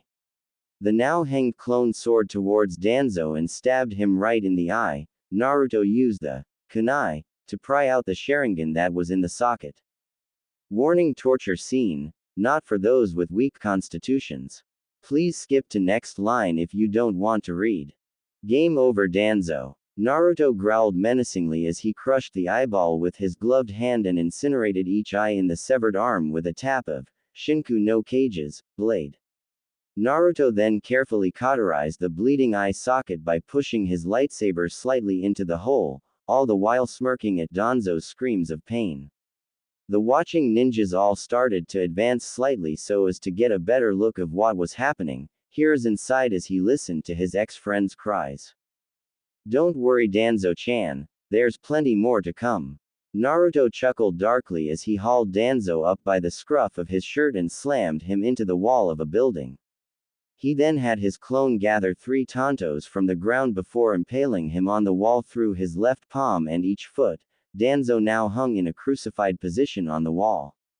Hiruzen couldn't handle seeing him like this and was about to interfere when he suddenly found himself levitating. "If you feel like taking his place, let me know." "Well." Naruto snarled as the Hokage quickly shook his head and Naruto used the force to place him with the rest of the Konoha shinobi. Naruto turned back to Danzo and pointed both lightsabers at him. "A quick and painless death is something you don't deserve, prepare to know pain." Naruto held the glowing blade just above Danzo's skin on his left arm. He slowly tapped the skin continuously as jolts of pain shot through Danzo's arm, causing him to grit his teeth in pain. Naruto frowned at the lack of reaction and brushed the glowing blade along Danzo's forearm, effectively burning off the skin slowly and painfully. A small grunt of pain came from him. Naruto nodded silently in slight satisfaction. He switched off both lightsabers and clipped them to his belt before picking up a tanto off the ground. The rain was still beating down heavily as he turned back to Danzo again. "At least with this I will get to see you bleed," Naruto said as if explaining his reason for getting the tanto. Anko, who was within the crowd, grinned as she heard that, causing the shinobi around her to take a step away in caution. Naruto pressed the blade into Danzo's shoulder and twisted it clockwise and counterclockwise. Blood ran out of the wound and stained Danzo's clothes red. Naruto left the tanto in there and picked up another one and stabbed it into the other shoulder and repeated the turning motion.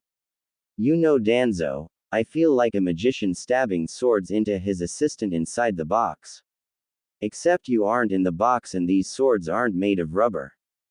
Naruto frowned again as Danzo had yet to emit anything other than a grunt or two of pain before an evil idea made him grin darkly under his helmet. Naruto walked up to Danzo whistling innocently before sending a force-enhanced armored boot right into his groin, causing Danzo to let out a high-pitched scream. The effect this had on the audience was multiple male shinobi fainting at the sound. These included Asuma, Kakashi, Ebisu and several others.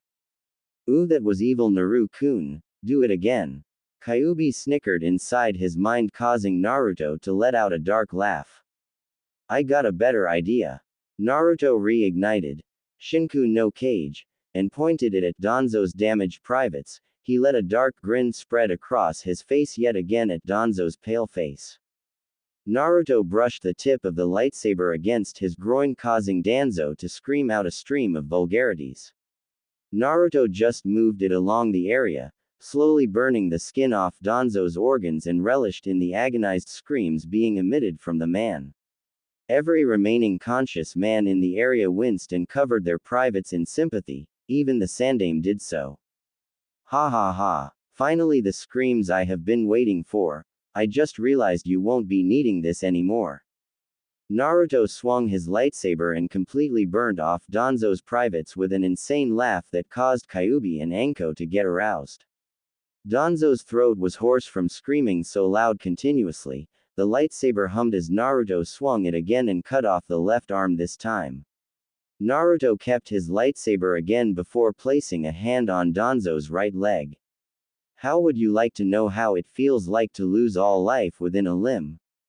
Seikatsu Heisui. Red lightning spread across the entirety of Danzo's right leg and it started to age rapidly. Naruto gave it a gentle flick and it crumbled into dust. Danzo had his mouth open in an "oh" of pain, but no sound came out since he had screamed himself hoarse already. Naruto repeated the same with the other leg. Danzo's body and head had dropped back onto the wet ground as Naruto stood over him, his eyes were dimming already. No, no, no, no, no. We can't have you dying on me yet. Naruto's gloved hand glowed a ghostly blue as he pushed healing force energy into Danzo, causing him to return to full alertness. Naruto stopped channeling healing energy and started channeling force lightning instead and watched in satisfaction as Danzo twitched as purple lightning arced across the surface of his body. Danzo was panting already as Naruto ignited both lightsabers now and stood over his body and started poking lightly at random points on his body. I've had my fun, now any last words? I regret nothing, because all I have done, I did for Konoha, Danzo panted out as Naruto positioned both lightsabers on both sides of his head.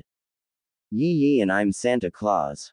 Naruto deadpanned as he liberated Danzo's head from his shoulders and used the force to lift the body and toss it high into the sky as the Urashisho Fuinjutsu, reverse four symbols sealing technique, activated and a giant black orb appeared in the air.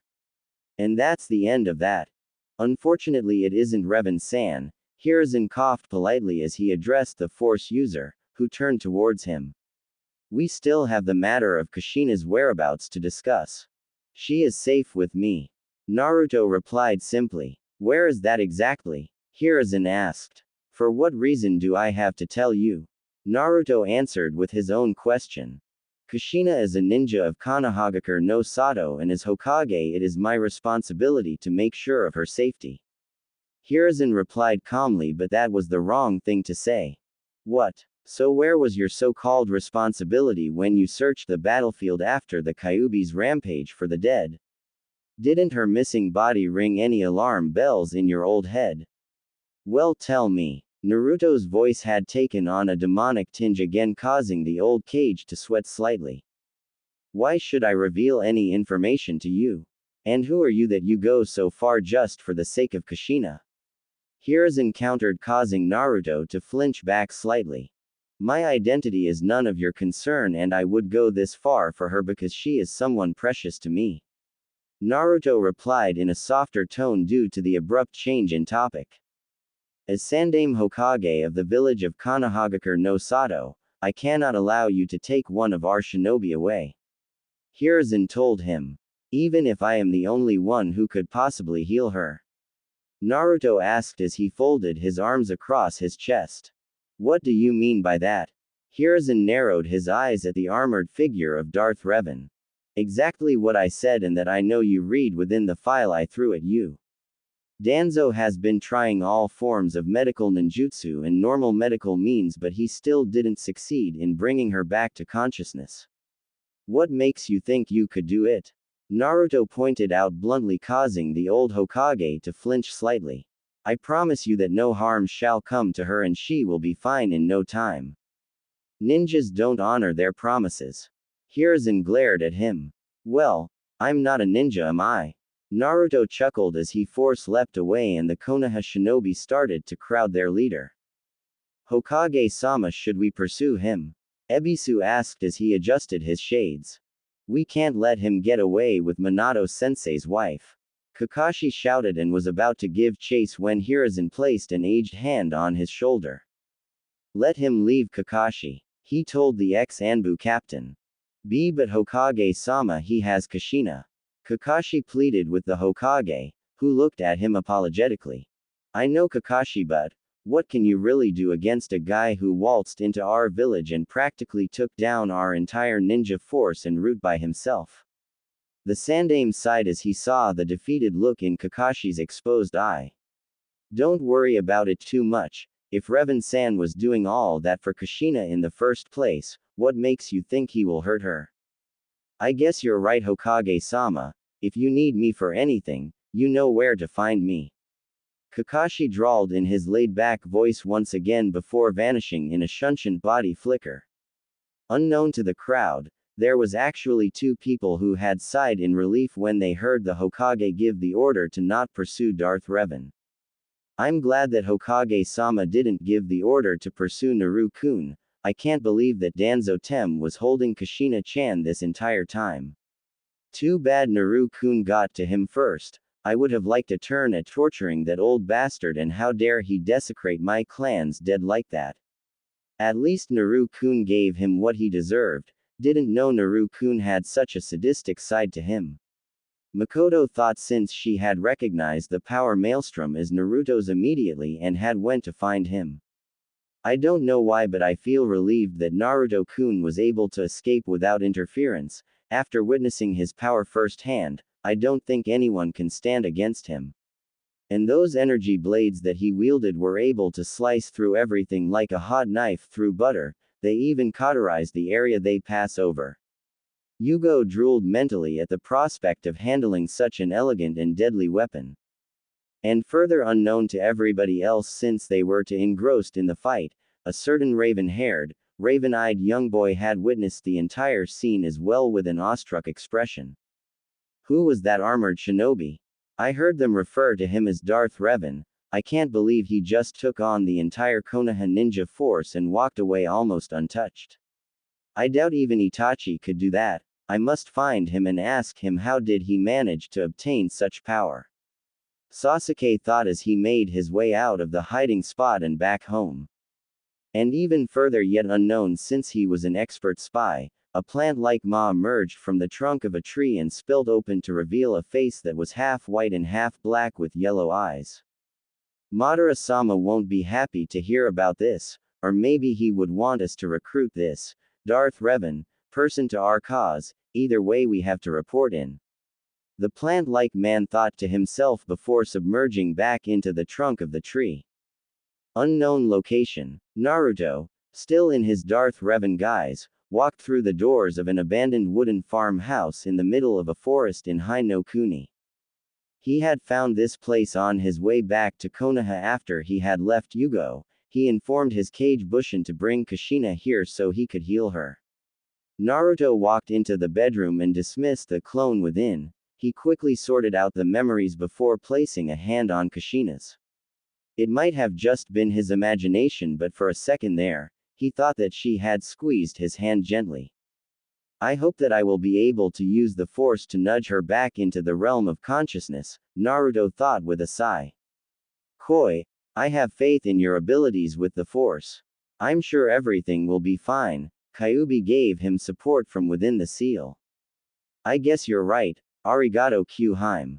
Naruto replied mentally, causing Kyuubi to blush slightly at the suffix.